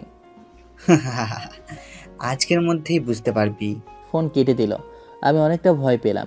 সত্যি সত্যি যদি আমার পরিবারের সদস্যদের ক্ষতি করে। ভাইকে ফোন দিলাম। হ্যালো ভাইয়া, তুমি কোথায়? অফিসে। কেন? আপা কোথায়? আমার পাশে আছেন। কেন, কি হয়েছে বলবি তো? পরে বলবো, এখন তাড়াতাড়ি বাসায় যাও তুমি আর আব্বা। কি হয়েছে বলবি তো? পরে বলবো, বললাম না রেগে গিয়ে। যেটা বললাম সেটা করো। ফোন কেটে দিলাম। তখনই মাহমুদ হাজির, অ্যাম্বুলেন্সও চলে এসেছে। স্যার আমি এসেছি। তুমি এই দিকটা সামলাও, আমি গেলাম। এই দিকটা সামলাও, আমি গেলাম। পরে বলবো। আমি বাইক নিয়ে রওনা দিলাম গন্তব্য ভার্সিটি। 15 মিনিট পর ভার্সিটি চলে এলাম। এসে অবাক, দেখলাম সব স্টুডেন্ট বাইরে দাঁড়িয়ে আছে। আমাকে দেখে রাকিব, তারিকুল, সোহেল দৌড়াতে দৌড়াতে আসলো। কি রে, কি হয়েছে? ম্যামকে গুন্ডারা তুলে নিয়ে গেছে। হোয়াট? কি বলিস? আবার তো মাথায় আকাশ ভেঙে পড়ার মতো অবস্থা। কিছুক্ষণের জন্য স্তব্ধ হয়ে গেলাম। কখন? তুই আসার একটু আগেই। কোন দিক দিয়ে গেছে বলতে পারবি? বাম দিকে গেছে। মাথায় কিছু আসে না। ফোনটা বের করে হেডকোয়ার্টারে ফোন দিয়ে সামিয়ার লোকেশন ট্যাগ করতে বললাম। আর দেরি না করে বাইক নিয়ে ছুটলাম। মাহমুদকে ফোন দিলাম। জি স্যার বলেন। তুমি আর কিছু পুলিশ ফোর্স নিয়ে আমার লোকেশনটা ট্যাগ করো। আমার স্ত্রীকে এমপি ছেলেরা কিডন্যাপ করেছে। জি স্যার, আমরা এক্ষুনি আসছি। বাইক চালাতে লাগলাম। হেডকোয়ার্টার থেকে লোকেশন জানছি আর বাইক চালাচ্ছি। ঘণ্টাখানেক পর একটা জঙ্গলের কাছে এলাম। হেডকোয়ার্টার থেকে বলল, স্যার আর ট্র্যাক করা যাচ্ছে না। ওকে। আমি বাইকটা দেখছি। জঙ্গলের ভেতরে গেলাম। কিছু দূর যেতে একটা বাসা দেখলাম কয়েকজন হেঁটে বেড়াচ্ছে। আর এগেলাম না, মাহমুদের জন্য অপেক্ষা করতে লাগলাম। কিছুক্ষণ পর ওরা এলো। আমি ওদের দেখে অবাক। প্রায় 25 থেকে 30 জনের কাছাকাছি। মাহমুদ আর পাশে আরেক থানার ইন্সপেক্টর এসে সেলুট দিয়ে বলল, স্যার আমরা এসে গেছি। আমার কিছুজন নিয়ে আসতে বলেছি। বলে, এতজনকে? স্যার আমরা কি আপনাকে সাহায্য করতে পারবো না? আর এটা আমাদের ডিউটি। তখনই ফোনটা বেজে উঠলো। দেখে সারা এমপি ফোন করেছে। রিসিভ করলাম। হ্যালো। ওপাশ থেকে শুধু হাসির আওয়াজ আসছে। হ্যালো, আমার স্ত্রীর কিছু ক্ষতি করিস না প্লিজ। তোর স্ত্রীকে তো আজ আমরা ছেলেরা নষ্ট করবে, পারলে বাঁচিয়ে দেখা। তোরা এখন কোথায় আছিস? খুঁজতে থাক, যতক্ষণে খুঁজে পাবি ততক্ষণ তোর স্ত্রী। ওর কথা শুনে তো আবার সেই রাগ উঠছে। ওকে পেলে যে কী করবো নিজেও চায় না। আচ্ছা বাদ দাও, এগুলো বলার সময় না এখন। যা করতে হবে তাড়াতাড়ি করতে হবে। না জানি ওই কুত্তার বাচ্চাটা কি করে। বাইরে কয়েকজনকে দেখেছো, আগে তাদেরকে শেষ করতে হবে। তোমরা ব্লুটুথ লাগিয়ে নাও, আমি ভেতরে চাপো। তোমাদের সব খবরাখবর দেব। তোমরা সে মতো পজিশন নেবে। তোমরা 2টা দলে ভাগ হয়ে যাও, তারপর পজিশন মতো রেডি হও। আর সাইলেন্সারটা লাগিয়ে নাও। তারপর ওরা 5 জন ছিল, ওদের শেষ করলাম। এই তোমরা এদেরকে একটু দূরে সরাও। সবাই মিলে পুরো বাড়িটা ঘিরে তুললাম। এমপি বেটা বুঝতে পারেনি যে আমরা তাদের ঘিরে নিয়েছি। একটা ছোট জানালা আছে, সেটা দিয়ে দেখার চেষ্টা করছি ভেতরে কী হচ্ছে। আমি তো পুরো টাস্কে খেয়ে গেলাম। এখানে তো অনেক মেয়ে আছে। একজন সামিয়ার কাপড় ধরে টানছে। আমার মাথায় রক্ত উঠে গেছে। রাগের দাঁতগুলো কটমট কটমট করছে। আর সহ্য হলো না, দরজায় লাথি দিয়ে ভিতরে গেলাম। ওদের মধ্যে অনেকে আমার দিকে পিস্তল তাক করলো। সামিয়া কাঁদছে, যা আমার কাছে একটু ভালো লাগছে না। এই তোরা থাম, ওর কাছ থেকে পিস্তলটা নিয়ে নে। একজন আমার কাছ থেকে পিস্তলটা নিয়ে নিল। আর ও তো আমার শিকার। আর তুই যখন এসে পড়েছিস, তোকে তো ওপরে পাঠাবো। তো তোর সাথে আমাদের মতো নেতাদের 5টা গোলামগুলোকে নিয়ে আসিসনি। হে, ওর কথা শুনে রাগ ক্রমশ বেড়েই যাচ্ছে। ওদের 15 জনের জন্য আমি একাই যথেষ্ট। ওদের কোনো প্রয়োজন নেই, তাই ওদের আনিনি। এই শালার দেখছি এখনো তেজ কমেনি। বুঝতে পারছিস না, এই বয়সে একটু রক্ত গরম হয়ে থাকে, ওর সেম অবস্থা। বস, ওর যতই রক্ত গরম থাকুক, ও আমার কাছে কিছু না। প্লিজ ওর কিছু করিও না। যা করার আমার সাথে করো। তোরা দেখছিস ওর স্বামীর জন্য কি দরদ। বস, ওরা কি করব? তোরা সবাই ওকে খুবলে খা ওর স্বামীর সামনে।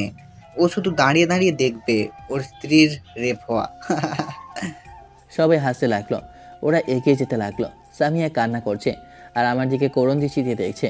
আমি বললাম, অ্যাটাক। বলার সাথে সাথে বৃষ্টির মতো গুলি চলতে লাগলো। নিমিষেই সবাই শেষ, শুধু এমপি বেঁচে আছে। এখন তোকে কে বাঁচাবে বল? এমপি কোনো কথা বলছে না, মনে হয় শখের মধ্যে আছে। আর শখ খাবে বা না কেন, এত তাড়াতাড়ি কিছু হবে বসতেই পারেনি বেচারা। গিয়ে সামিয়ার বাঁধনটা খুলে দিলাম। একে একে বাকি মেয়েদের হাত পায়ের দড়িগুলো মুক্ত করে দিলাম। তারপর এমপির সামনে একটা চেয়ার টেনে বসলাম। কি রে, এখনো শখের মধ্যে আছিস? আমাকে ছেড়ে দে, আমি আর খারাপ কাজ করবো না, ভালো হয়ে যাব। কুত্তার লিস্ট কখনো সোজা হয় না, আর তুই কোনোদিনও ভালো হবি না। তুই আর তোর ছেলে মিলে কত মায়ের বুক খালি করেছিস তুই নিজেও হয়তো জানিস না। কত বাবা মায়ের ভাইয়ের আদরের বোনকে কেড়ে নিয়েছিস। এই তোমাদের মধ্যে যদি কারো এর উপর প্রতিশোধ নেওয়া থাকে তাহলে নিতে পারো। একজন কনস্টেবল বলল, স্যারের ছেলে আর ওর বন্ধুরা আমার বোনকে ধর্ষণ করেছিল, পুলিশের লোক হয়েও কিছু করতে পারেনি। কথাটা বলেই কাঁদতে লাগলো। আমি চোখের ইশারায় মাহমুদকে ওকে শান্ত করতে বললাম। কাঁদিয়েন না, তোমার বোন মানে আমাদেরও বোন, ওর শাস্তি তো হবেই। অনেকে অনেক অভিযোগ দিল। দয়া করে ছেড়ে দে, আমি এখন থেকে অনেক দূরে চলে যাব, আর খারাপ কাজ করব না, ভালো হয়ে যাব। ওকে কে কে মারবে? সবাই হাত তুলল।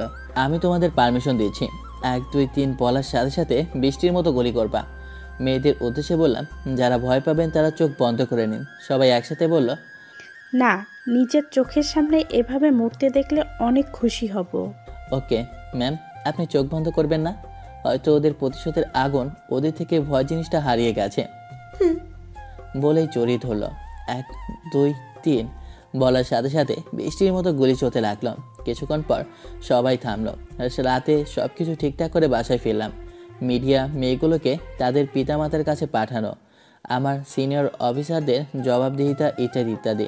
বাসায় এসে কলিং বেল চাপ দিতে সামিয়া দরজা খুলে দিল। দেখে সবাই বসে আছে। কোনো কথা না বলে রুমের দিকে যেতে লাগলাম। কেউ কিছু বলল না।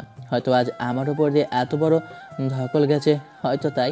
ফ্রেশ হয়ে হালকা খাওয়া দাওয়া করে ঘুমিয়ে পড়লাম। অনেক ক্লান্ত, তাই তাড়াতাড়ি ঘুম চলে এলো। ঘুমটা ভেঙে গেল। সামিরা বুকে মাথা রেখে আছে। কি হলো, ঘুমিয়ে পড়লে নাকি? ঘুম আসছে না, খেতে মন চাইছে তো।